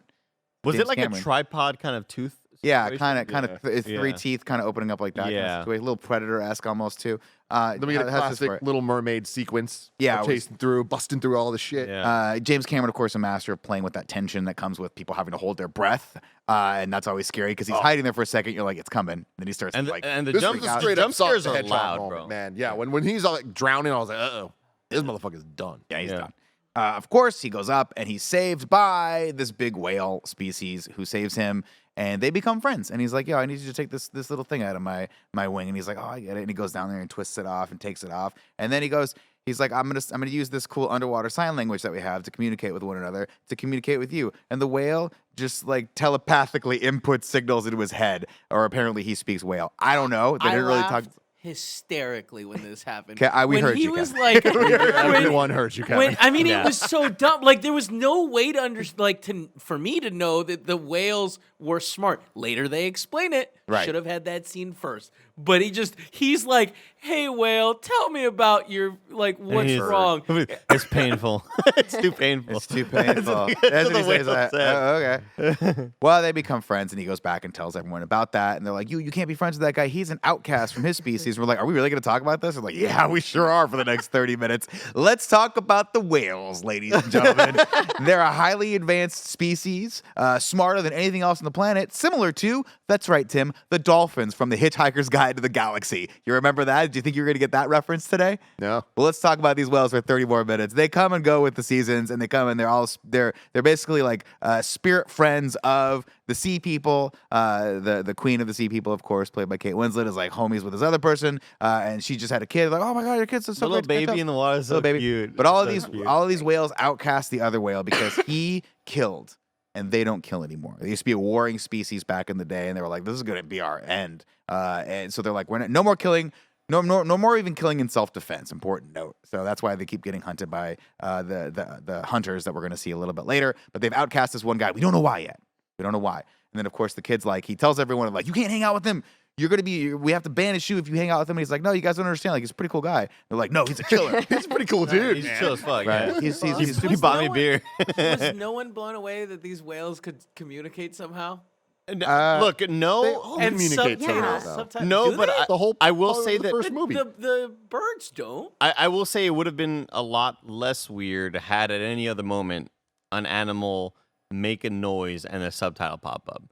But like when it's too painful popped up, like I look, I enjoyed the movie. I recommend you go watch it. But I thought to myself, like, this is fucking ridiculous. Like, like and It I'm felt gonna. like The Boys. I know, like, when- give me 5 minutes, I'll be on board. But this is silly as shit right now. Yeah, Yeah. it did feel like the boys with the The Deep. the deep. Of course, he's like, "I gotta go ask my buddy about this. What's going on?" So he goes, "I was like, what really happened?" And man, this scene, kind of confusing and convoluted. A bunch of whales are attacking one of these big boats. It's like a whaling boat. Yeah, I wait, went no, to the hold on, I went to hold the on, hold on. restroom here because I remember Jim Cameron. We call him Jim. Jim Cameron saying, "Go to the restroom. You'll be fine. You're gonna watch this movie several times in theaters," which is like another badass thing to say. So I went to the restroom and I came back and I asked Nick what happened. I don't know. I don't remember Nick's response, but I don't think it was accurate. Fair enough. Is this when he goes inside the whale? No, that's later. Oh, that's what Nick. later. No, Nick told me he was like he Yeah. went inside the whale, and I thought he was joking. Oh, wait, sorry. Yeah, when I the think- kid I think- goes in the whale. I think you're jumping ahead a little, Nick. But yeah, that moment where the whale opens up, like his friends were like, And "No, all no, of no, us in the stop, theater stop, like, stop." don't do it. Oh my Yeah. God, he's going to do it. Holy shit, he did it. And he's like, and here's my little connector piece, and he's like, I don't think you should be plugging into It like that. Looks- unfurls, and he's like, and it's Like the big. little thing Oh, that he dangles in hair the back of penis your with the throat. whale? he hair Yeah, penis like with a the little whale. dangly thing in the back of the whale. It looked like Uvula. you know a fern. Have you ever seen a plant like a fern Yeah, plant? it Is that looked what, like a what are fat those? fern. Oh no, It's a not the fern. ferns. The Yeah, no, the, it's fern. the plants that have little tiny leaves and they Fern. unfurl a little That's a bit. fern. Fern. Little tiny leaves. So this little, imagine a fern that looks like a giant penis. It was like Andrew Garfield's trying to grab Gwen. Oh, with the whale. Okay. It was um, gross. But in it, the whale mouth. Inside the whale mouth. It was very Pinocchio. And is Pinocchio, yeah. is it near the spot where they drill the brain fluid that makes you live forever? Yes, it's right above it. Oh. Now, I know that's later in this movie, but I fucking love James Cameron. Just giving a big old fuck you to everyone. Hey, guess what? Here's this thing. What are you doing with the whale? I don't know. We're just going to fucking shove this thing, suck the stuff. What's the stuff? Oh, it's super important. It's super valuable. We're not even going to fucking really name it something important because you know this is unobtainium bullshit, motherfuckers. Yeah. We don't give a shit if you thought it was stupid. We're going to do it again. It's the most expensive thing in the world, even more than an Even more, yeah. Fuck yeah. But the thing in part 3, it's going to be more expensive than this. Just you wait for that. But I mean, I feel like this is going to be the thing in part 3 because they barely, like, this was definitely like a sequel tease type thing, right? Like, I feel like we didn't really get much of it. In Of the movie. whales? Of the juice. Oh, the brain juice stuff. juice. Yeah, the juice. Well, We'll get to the golden amber in a little bit, but we got. I hope they don't bring back fucking guy who got his arm cut off. Oh, the fucking 3D art. We'll get to that later. Flew in there. Does anyone think that like Andy Serkis would have played it better? You know what I'm talking about, Andy? Damn. Yeah. Are you pro Andy Serkis? Yeah, I now? thought you hated him. That was a trick question. You guys all just fucking failed. You guys Did just we all not just failed. pass? No, Andy, yeah, you did actually fail. I don't know. I'm conflicted. Andy Serkis, good at a lot of stuff. I don't know what side I'm on. I give him shit. He's a great actor. Anyway, so he goes in there. We see this whale thing, and he's like, I guess this was the one whale who's like, no, dude, I'm breaking this. I'm going after these fucking people, and he got a lot of people killed, unfortunately. So he's been outcast, unfortunately. So from there, now we catch up with a whole other group of people. Quaritch is like, I'm commandeering your ship. And this guy's like, I'm a whaler, man. I'm out here on the high seas. I got to make my money. I got a quota. So you're getting in my way. And the guy's like, I'm going to ask nice one more time. And that's it. And the guy has the best line of the whole movie. Well, if you can't get out of it, let's get into it. And he like slaps someone's ass. He's like, let's go. Let's go kill some people, right? So they go out on all these raids, which are very reminiscent of like a Vietnam era Marines raiding villages and burning shit down and threatening to kill people. And it's horrifying. And of course, during this, Spider sees what's the horrors of what he's actually helping to do. He's very, very like, I don't want to do this anymore. This is horse shit. I really thought they were going to shoot that lady in the head. I thought they were Yeah. too, Yeah. but they just killed the little sea whale banshee anyway, and everyone's like, we got. They four burned more the of whole village. It was fucked Yeah. up, those. man. Yeah, but they're just they'll just rehang the Fucked stuff. up. They got all those villages have a Kevin. They're like, Kevin, we'll be back in. I got it. Kevin's are weaving a Yeah. fucking God, Man. the idea of Kevin Avatar. That's out there now. Can we call it Or Avatar? Kevin Navi. So Can we call You it say Kevin? Cavatar. avatar. Avatar. Oh man. Let's add that to the next intro for Avatar 3. So, Quaritch is like, listen, these people aren't going to budge. They're not going to, we can kill them all. They're not going to budge. They've taken a vow of silence. And per the king's request, of course, Quaritch is like, I told them to shut the fuck up, and they listened to me. And so he's like, we got to do something bigger to pull these people out. And that's when they go to the whalers, and they're like, we got to kill some stuff. And they have this horrifying scene where they track this mother whale down with her cow, or It's calf rather. awful. And it's awful. And they kill this thing. And he goes, and they go inside, they drag it on, and they go inside of it. And he's like, here's what we kill him for. And they drill a little hole into its upper palate and pull down a little vial of juice that's worth $80 million. Which you have to imagine for inflation in the year whenever this is. It's only like, I don't know, $1 million now. You know, I don't know how inflation works, but apparently it's $80 million. Yeah, I still a thought lot they were of going to money. go with a bigger number I value. thought it was going to be worth like $1 billion, right? Because apparently, just so everyone knows, this world of Pandora is rich in two resources. Unobtainium, which we just unabashedly stole from the core. The classic Aaron 2003 's Eckhart, The core. Hilary Swank film, The Core, right? Which, among other things, I think allows shit to float, right? Isn't that what unobtainium does? Yeah. It's like a for The core? their ships, Yeah.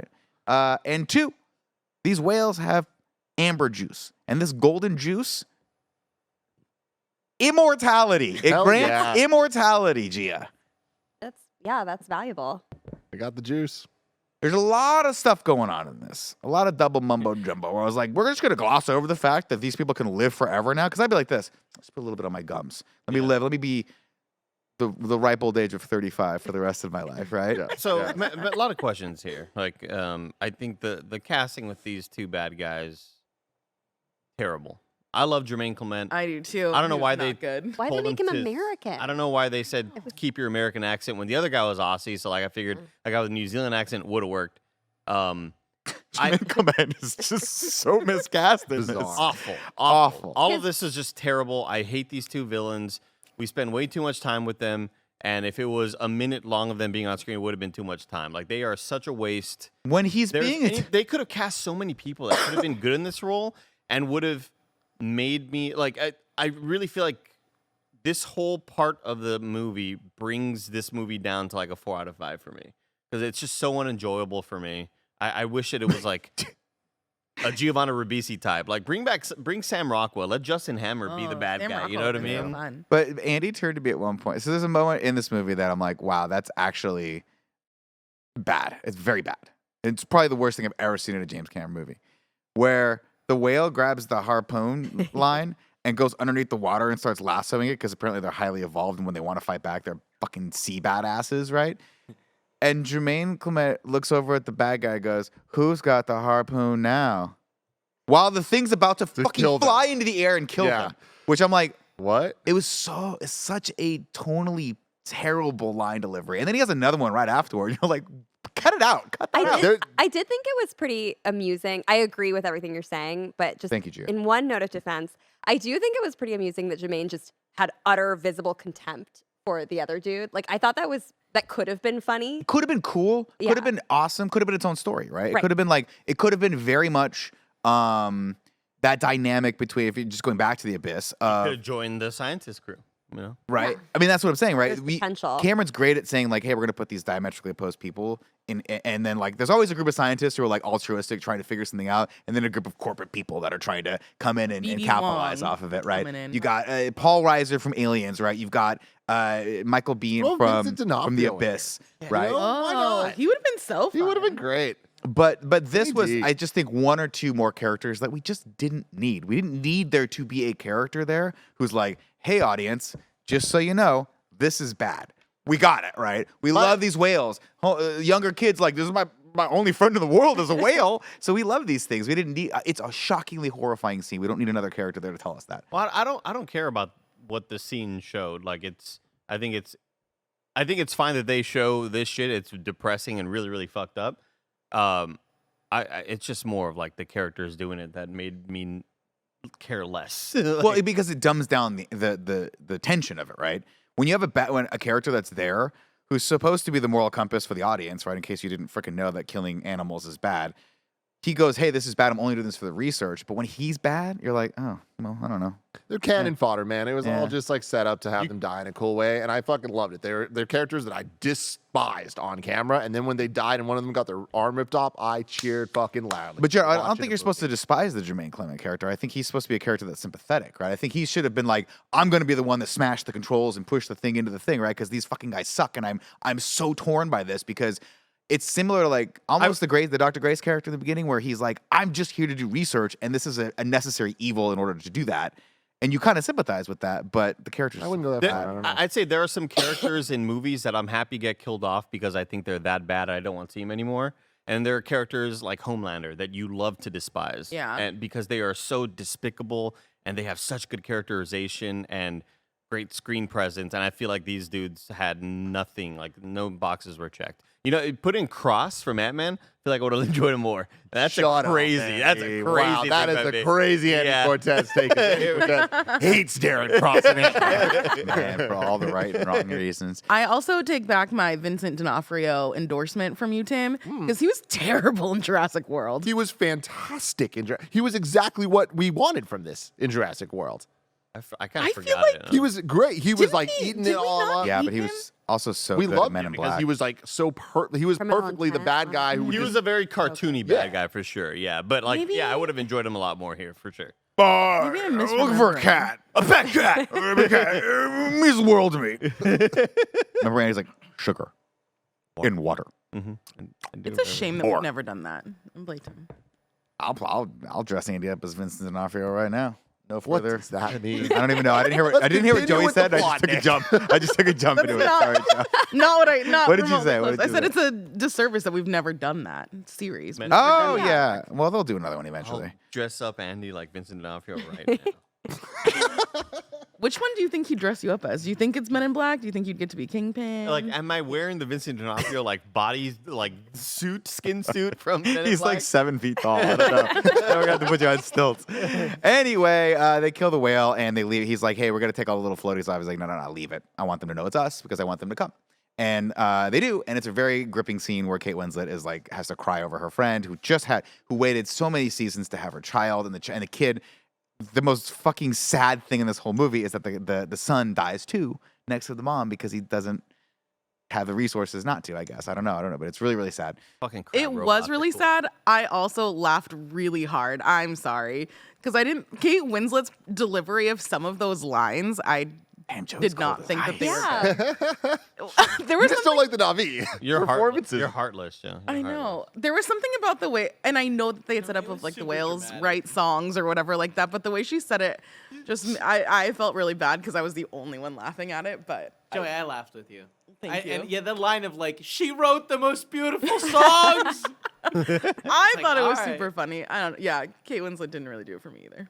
Sorry, I'm just double checking that I still have a heart. I don't know. No, I thought this was a good scene, but I think maybe you just don't. It's hard for you to see the characters emote through the CG, which I think is that's difficult. 100% It's true. very very difficult, and I think that's the challenge specifically with a lot of those really intense character moments is that. And a lot of the reasons why I think that a 3-hour runtime for Titanic works versus this is because we're actually watching human beings that subconsciously you have that connection with because they're the humans on screen. Whereas this is like, no matter how good the CGI is, at a certain point you're like, there's a cat person with some ears right in Could front of not me. disagree more, man. Sometimes I'm they just saying. nailed it. Sometimes for me, it's difficult. Like my brain goes, "What? Okay, we got to get back into it." There's a little disconnect there. Well, that's why I think actually, and I know I'm skipping ahead a little bit, but one of the best, most powerful moments of performance in the movie is when Zoe Saldana's character is just becoming an animal, and it's like really physical, and you see it on her face, but it's also just like 100%.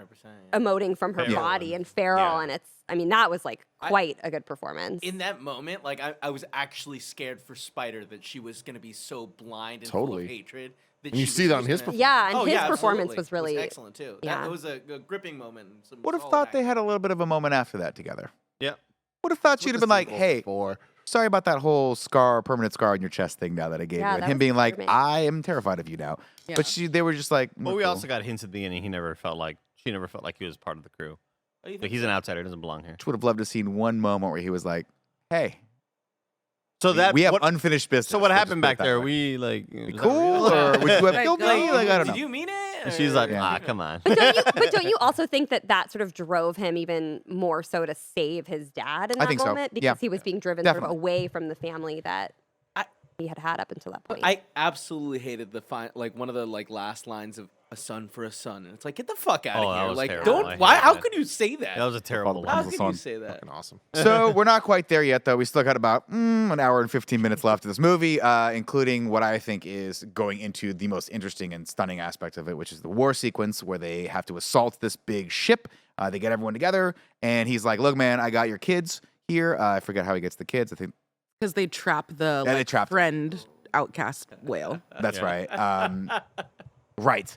They Crab track that. robots, cool as shit. They've got all the Fucking cool crab cool. robots, which got the arms that come in and out. We've got the little bell-shaped sea creatures that they can breathe in and all that stuff. All that stuff's really cool. At one point, I think I really glossed over this, which is an important point. Grace convenes with their underwater tree and has a seizure because she goes in and sees her mom and like all this stuff. And you're like, whoa, she's like hella hyper-powered right now. They bring her out. We have a great moment between Kate Winslet and Zoe Saldana where she's like, hey, you're I forget whatever the position was, but she's like Dometic basically. What are you doing? And she goes, fine, clear these stupid idiots out of here. Get out of here, JB from Grandma's Boy. You're- Still in it though. You just had I too love that many- The whole crew is like back. He's- It is such a bummer that the one shitty bad guy isn't back though, because he was gold. Which one, Giovanni Ribisi? Yeah, Yeah, Giovanni. He's incredible. He's great and everything. She's like, so she saves her, and they have a moment, and she's like, okay, now we're homies. Does she though? She like sticks her with a needle a couple times. then blows acupuncture. smokes. Yeah, I know it doesn't. and then work. blows on her. Yeah, Yes, she's like acupuncture showing doesn't like, hey, work. this is the spiritual way to heal. Yeah. Like Yeah. your I believe your it. medicine is not working. Yeah, it's also possible that Grace just came out of it. Was like, I'm good. Yeah, I'm good. yeah, We don't I know. think We'll never know. That's probably it, right? They don't keep records like that. Yeah. Also, wait, real quick, one other question. So the people that die on this planet and are like connected to Giving back to A Awa. live stream. Awa, yeah, like they they are still kind of in there. Is that what's Well, happening? I think it's what we Their talked about earlier, where memories. their consciousness, their memories are in there, so you can go in and kind of convene with them in a spiritual way, similar to like Yeah, was that on the D drive or where? Yeah. what Oh, I mean, folder it is was, that in? like, do we think that someday they're gonna bring Sigourney Weaver back into her because they're keeping her body around for something, right? yeah, presumably, which Yeah. you would have I thought could that I mean, body this would've- movie franchise already sets up. There's a thing that lets you live forever, and you can also just clone people. So it's like that's the world. Yeah. So like, I would not be surprised if we see Sigourney Weaver back in any way, shape, or form. So the two opposing sides square off against each other, and Quaritch is like, "Look, we got your kids. You come over here peacefully. We take you. We let the kids go. That's what's going to happen." Absolutely gripping. I'm in this and- shit, and I'm yeah. just like, we're seeing the face off of him with the kids versus Sully, and I'm just like, fuck. Like, I don't want something bad to happen to these characters at this moment. I think the thing that kind of bothers me in this moment, and it's a little tiny nitpick, but it's I'm gonna kill your kids if you don't come over here, Jake. Right? Like I will kill them, and then the whales kind of come and save the day and cause chaos. Mhm. But at that point, like I don't know why Quaritch just doesn't go, hey, I'll still fucking kill him. All right, like I forget what the exact terms are, right? Like turn yourself in. Is it like turn Yeah, yourself come, in? Yeah. Come in. And I'll You come here, release release the kids. What do you But think? it seems like the whales come attack, and then like the Everything kids are gets totally derailed. safe now. Yeah. Also, yeah, like kill the kids. There's a You know couple what of I things mean? that happen Like, in if the you're gonna sequence. be a bad guy, be in. The kids get caught, they get out, they get caught again. One thing that kind of it's not nitpicky so much, but when I point it out, you're gonna be like, huh, right. Is that the eclipse happens. We go into the night, which is cool, more dramatic. The lighting's incredible in all of these sequences. Jake and after the whale attack, which is great, and the guy loses his arm. Jake and Atiri have to mount this attack seemingly by themselves. Yeah. What happens? to What the hell army? happened to the rest of the sea people? Where are they? How come they're not helping with this? Where do they just bounce? What's crazy is like was it Mateo the name of his kid that dies? Nateo, I think, or I'll look Anyways, it up real quick. He's on a rock with Nateum. the tribe leader's daughter. Yeah, So like, and like the parents are nowhere to be seen. They're alive because we see them later, but like they just left.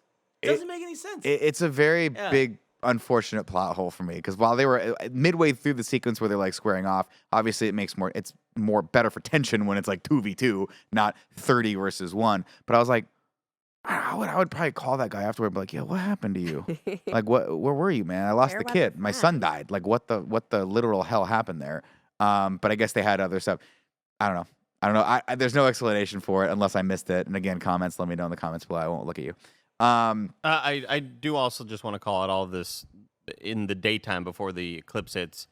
I love all this. The action's phenomenal. The aerial sort of anytime Neytiri's hitting somebody in the chest with an arrow or in the head through the ship is the coolest shit of all time. And Jake with his gunning down people and all of the maneuverability, I guess is the word I'm looking for. It's just awesome. Choreography is so great yeah. here. I'm a big fan of it. And then this nighttime fight sequence, awesome as hell too. Like it is. I mean, it's an all-timer. It is Yeah. so like my back is just tense because I'm Dude, just so Jake- scared for these characters. Jake has a moment where he kills a guy and simultaneously takes his gun off of him and then starts shooting Dude, someone. it's- I was like, that was badass choreography. The choreography is That's fucking fantastic. The look of it's great, and it does the Return of the Jedi thing, where there's the multiple planes of action, and you're equally invested in what's happening with each group of kids or adults or just whatever it is. And the tension's right, and it's a beautiful thing where, unlike things like Return of the Jedi, where it's kind of some are in space, some are on land, some are this, it's all the same set piece, and that set piece is a giant ship that is turning Titanic style while the water's rising. So all of our characters are dealing with the same like disastrous set piece in different ways in like tandem with each other. And I was like, this is just absolutely stunning. Like this is one of the coolest final acts, like action sequences in any movie I've ever seen. And like I think it's gonna be very tough to top. Or topple, as the boat would have it. So we see all that stuff. I think there was a natural point here where I was like, oh, I think the movie's gonna end here, which is where they like square off. We have the kid for the kid, and he has that moment where she's like, I'm gonna kill your son. He's like, it's not my kid, but then she calls his bluff and he lets go. And it's a great moment for Quaritch where you're like, oh shit, this is something different. I was like, what a great place to just end it, right? And he goes, you know he's going to come back for you. He was like, yeah, we should probably just end this now. And I'm like, oh, of course. But to me, I'm like, No, I fucking love that. I Let's like that. fucking That was go. hype. I know you got to do it, but for me, it was a disappointment because grander scale, they're just going to, this is a massive corporation that's just going to keep sending people after you. Of course, someone else is going to come after you. This is a wonderful moment where you're like, or we could be cool and figure this out in a different way, which I thought was going to lead into a little bit, nah, whatever, we got to fight. Knife fights in the dark with lit by flame. All right, I'm back in. Doesn't matter. Yeah. We're cool. Well, I mean, Quaritch is the reason why his son is dead. Like, in that moment. Oh, yeah, I forgot about You that. have to go for the kill. But it's also just that hype moment of, you're right, let's get this shit Let's done fucking now. go. Like, I Jake am Sully's here. pumped the fuck up right now in the Yeah. theater, dude. So they fight, and Jake, I they will end up. say I was confused because they like lit all of the ocean on fire, whatever. Could they not have like swum underneath that? Yeah. Yeah, Escape? you They can. were like, Especially- when the especially- kids go back to the ship specifically. Especially when we've established these kids can now, because of training, hold their breath for like yeah. 20 minutes. And you would assume Jake would have had that training too, but he did not. Apparently, he doesn't have to swim ever. And that, earlier I was saying in the pre-spoiler stuff where I was just like, there was multiple times in the movie I'm like, what's Nateri and Jake up to? Like, where are they at? Have they Yeah. been doing training and they just didn't show us? And I guess not. I guess not. I guess I mean, he did his training with He's the been seahorse. mingling. He's been politicking. I with think the they were group. just. I think he was just worn the fuck out. Like him trying to get away in this sequence after just having. One thing I wanted to bring up was I was like, they made such a big deal out of the breath stuff, right? I assumed this is gonna be a walk, so please stick with me. I know we're a bit long on this one, but there's a little movie that was made a long time ago called Navy SEALs, starring Michael Biehn, who is a James Cameron favorite, and Charlie Sheen. And in that, they talk about how badass. Mr. Bean's brother. No, different spelling. There's an H in one of them, I think. In that, they talk about how awesome, like these guys can hold their breath for hours. And they have all these scenes where the Navy SEALs are like swimming underwater and cool. They're just badass. Because as a Navy SEAL, you have to be able to hold your breath for like 10 minutes or some crazy shit like that, right? People can actually do it. At the end, the bad guy and the good guy, who's Charlie Sheen, are facing off against each other in, that's right, the ocean. And Charlie Sheen grabs him and pulls him down because he knows he can hold his breath longer than the other guy because he's trained to be a Navy SEAL. And the guy escapes, goes up for breath one time. Charlie Sheen grabs him and pulls him down again. Another time, pulls him down again until finally he holds him down so long after 3 breaths that the guy just goes boom and drowns to death in front of Charlie Sheen, lets him go, swims up like a boss. I thought that's where we were going to be at with this. I was like, these guys have trained. This other guy hasn't trained. I just thought he was going to drag him down and like outbreathe him. But instead, he throws a full-on rear naked choke with hooks in and just chokes his ass underneath the water, which I'm also okay with. Yeah, I'm a big I thought you were 100% going to on. like that Yeah. a lot. Yeah, I'm okay with it too. But then his body's down there for what? 10 10 minutes? minutes? And his son is like, I guess I'll bring him up. And like, I know that he Which was must still, have taken another 10 minutes. he was still like, his little leg was still kicking. Also, shout outs to those masks being for just making oxygen Hours. for hours. Which they said in the they beginning, told us it wasn't that long. it doesn't take that long. Yeah. Yeah. And this kid's had this on all day. And I 24 imagine hours. that now that he's hanging out with these water people, they don't have replacement ones. No. Yeah. He's going to have to He's breathe gonna out of a die. seashell or some sort of conch. Anyway. You're going to say, Also, you motherfucker. I don't know why. I got the conch Isn't it now. absurd that they introduced? They're like, oh hey, this little cool angel wing backpack. It makes you breathe. Hell yeah. I liked it. I liked it too. It was I liked pretty. it too, but like, why did they not use it 100% of the time? Yeah, it's very weird, especially when they're all out there and they're down to clown. You'd be like, "Hey, we're gonna assault this. They're down to clown. Yeah. We're gonna assault this big ship. It might be actually pretty beneficial if If we we came just- from below Yep, and the had these whole cool time. things, like these cool breathing apparatuses that are these cool jellyfish. Or, hey, my mom and my sister are both trapped in this big thing. Bring 2. Yeah. Bring I got 3. special powers. I got special. Bring a water third one, right? powers. But Grace has special water power. I assume she was gonna be like, send a couple Professor of- X, like, hey, these 3 little things swim in there and attach yourself to my sister and my mom and save them, so I don't have to go in there. But instead, we get another cool scene. It's fine. You need They're consent saved. for the hairpin. The younger kids, like, you gotta trust me, Dad. I know how to breathe, even though you don't. You're saved. They all come out. The older kid died somewhere in between there. I forgot how that kid died, but he died. got shot as they were He got shot as they were Bleeding trying to out. escape for the 3rd time. Well, they were trying to get Spider, which they had already left, but they were like, no. Now we don't leave people. This We don't time. leave you behind. Yeah. But then they are on the rock and they're hugging each other, and none of them ask about Spider. They don't really care about And Spider. then we I'm cut. gonna be honest with you guys. And then we they cut don't care the about Spider. Spider. Well, yeah, they're Well, like, specifically, the mom doesn't. I think that's the Yeah. point of this kind He of like, doesn't should care. we get him? Should we not get Right. him? Whole dynamic going on. Spider, I think has a great moment though where he does choose to save his dad, and I thought that was pretty poignant. It's incredible. Like that. I think the whole Spider bit is just I think Minnie Grace cares about Spider. Yeah. She does. She wouldn't let it sure. go. Well, because she feels like an outcast as well, because she's also not a part of the family, right? She's an adopted part of the family as well. So I think they have that bond and that kindred. And then he's like, "Come with me, son," and he's like, So he goes off. Quaritch lives. They give the older kid a Viking funeral with some roses, and they send him off, and he gets re-engulfed back into the world. Jake has a moment where he convenes again, remembers that moment where they fished together, and then Natiri's there as well. She's crying, and you have to imagine you can't do that too much, or you get lost in it. Similar to like the mirror in Harry Potter.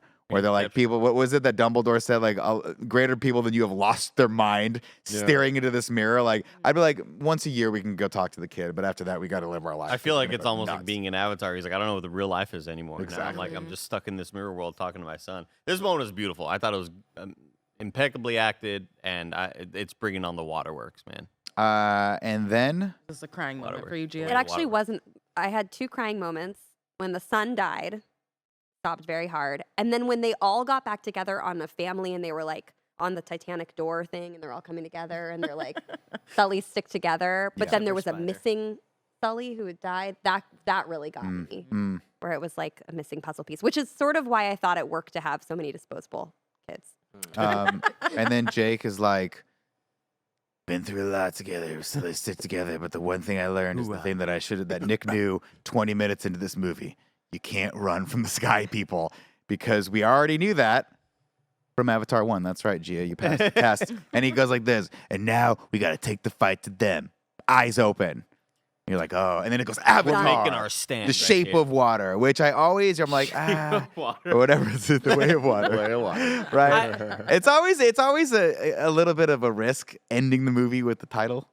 And it's like, it's kind of pretentious. We're like, I know. I fucking love They're like, it, dude. they're like, James Cameron, you deserved this one, okay? It's James Cameron, so of course he does. And the movie was incredible. And that is the plot of Avatar: Shape of Water by Guillermo del Toro. No post-credit scene, but we do get the beautiful just credits on main or whatever with the Weeknd song playing, which jury's out. I don't want to say I hate it, but I bad. love it. The song's fine. It's the use of the song where you're like, why do we? This whole movie was such an enclosed experience that bringing a pop song into it seems so It was fucking out. orchestral. There's a lot of elements. It felt like it was All of the it fit in auto tune I world. felt like made sense with the music that we got throughout the movie. I Love guess. the visuals of this. Seeing the like water area, like all of it, like seeing the whales and everything. I thought they did a really good job of being like, yeah, here's the little victory lap of how dope this fucking movie looked. Have fun. But yeah, no post credits, which didn't need because like the post credit teases were like embedded throughout this movie entirely. I just need like a 2-hour B-roll shot of like in 3D existing underwater. Just all the sea creatures they created looked amazing. Oh, it was incredible. You know what it reminded me a lot of is I think Tim talked about it, but it was like that 4K or 8K footage you see when you walk into a Best Buy of like David Attenborough being like, was it you, Andy? He tried though. He knew he was. That was fucking 3 hours and 8 soundboards ago, man. Give me a break, for Christ's sake. We've been at it for a while. Plus, I saw a 3.5 hour movie, and Andy gets 8/4 of the way through his popcorn, and he goes, "You want some of this?" And I look at it, and it's like 3 kernels. To which I went like this, and I just wiped my finger around the rim. But how to does see that affect you getting this wrong?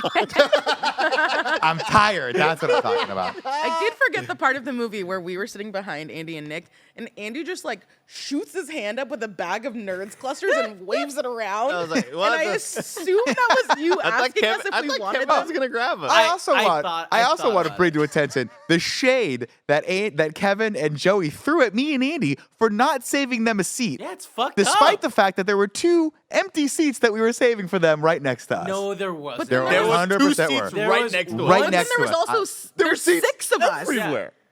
But there's 6 of us. Yeah, No, but no, Why no. didn't we Here's all what sit happened. together? Because Andy didn't save all 6 of us seats. He just sat down in the middle and people sat around him. Hey, it's a screener. There was plenty of seats.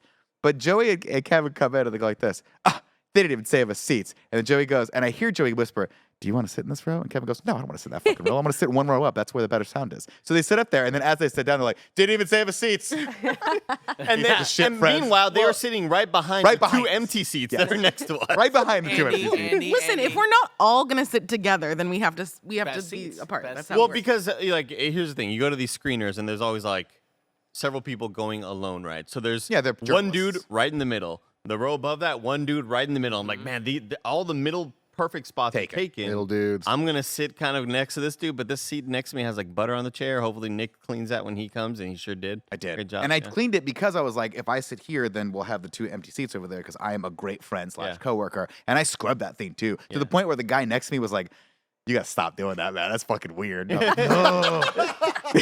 the guy was like, he gotta give me the side eye, like, what the fuck is this guy doing?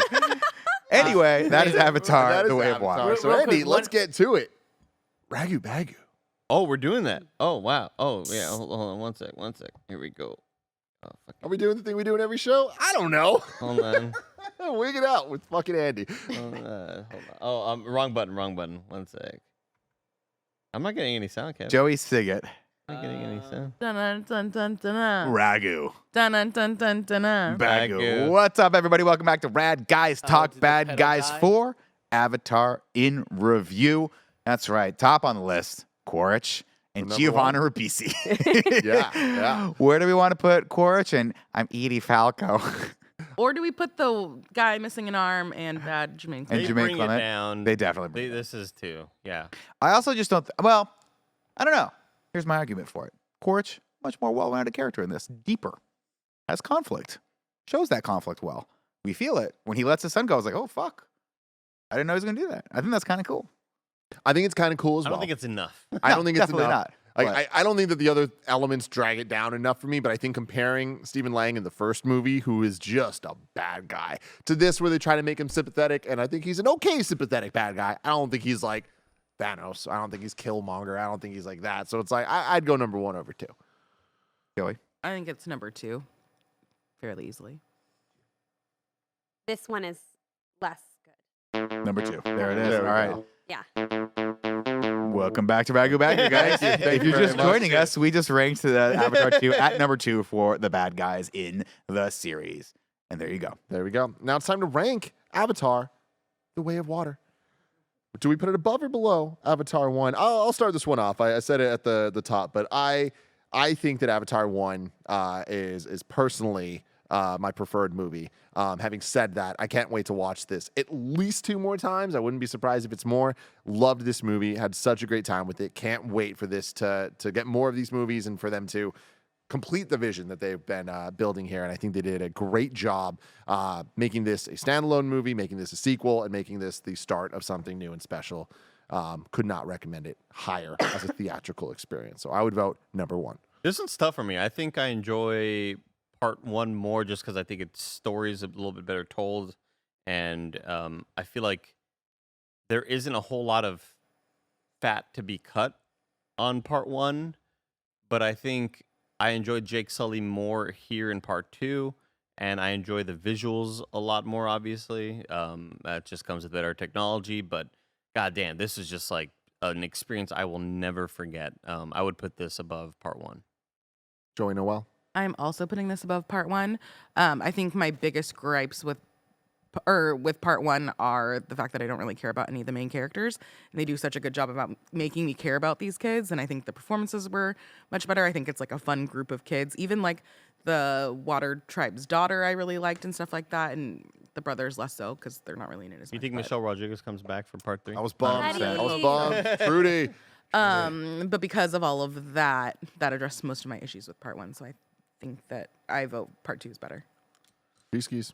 Same. Yeah, part 2 is better. It's hard because it's just such a spectacle that it's hard to bring myself back a decade and be in, 10-year younger shoes watching part 1. But this was just so impressive. Like, I'm so impressed. And definitely having watched them back to back, this one, I was more captivated and more impressed. Real quick, I will say, speaking of the spectacle, this movie's a fucking spectacle. But there was no moment in this one that made me go, "Oh fuck!" The way that the opening long shot of the first one did, where you like Where he's coming out of see the cryo sleep. Yep. and seeing the little like jellyfish thing like come, like those moments in the first one were like, I am on another world right now.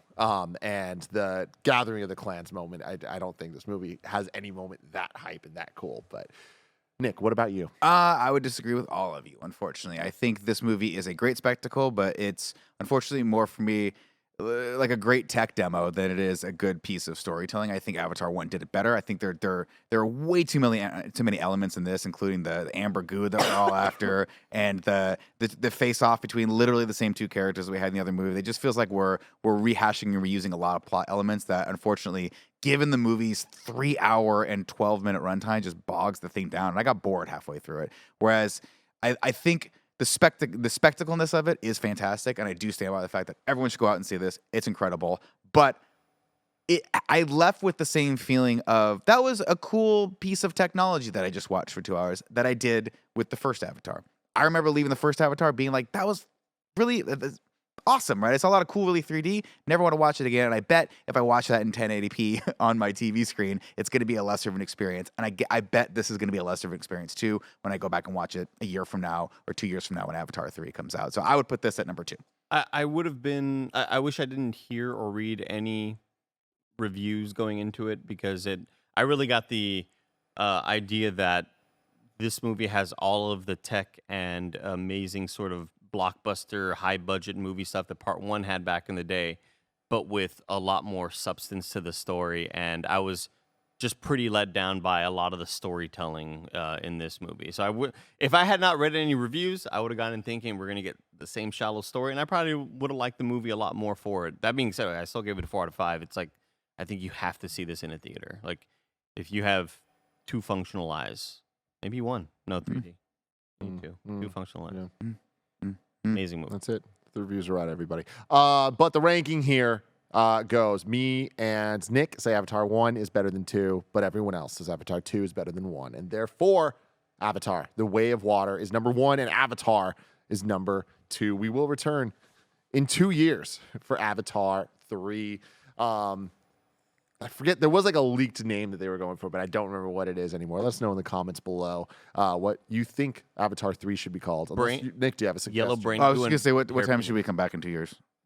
Same time? Same time. Noon? Yeah, exactly. Okay, cool. Noon? Same day, same time. Put on the calendar. Fantastic. me. Love I might to be hear busy that. that day. Let us know in the comments what you think of Avatar, The Way of Water. And remember, we're going to be taking the next 2 weeks off for the holidays, so we will return in January 2023. The plan right now is for Knives Out 1 and 2 to be the first in reviews back. That might change. Stay tuned to twitter.com/KindaFunnyVids for more up-to-date information. But until next time, We see you. We see we you. see you.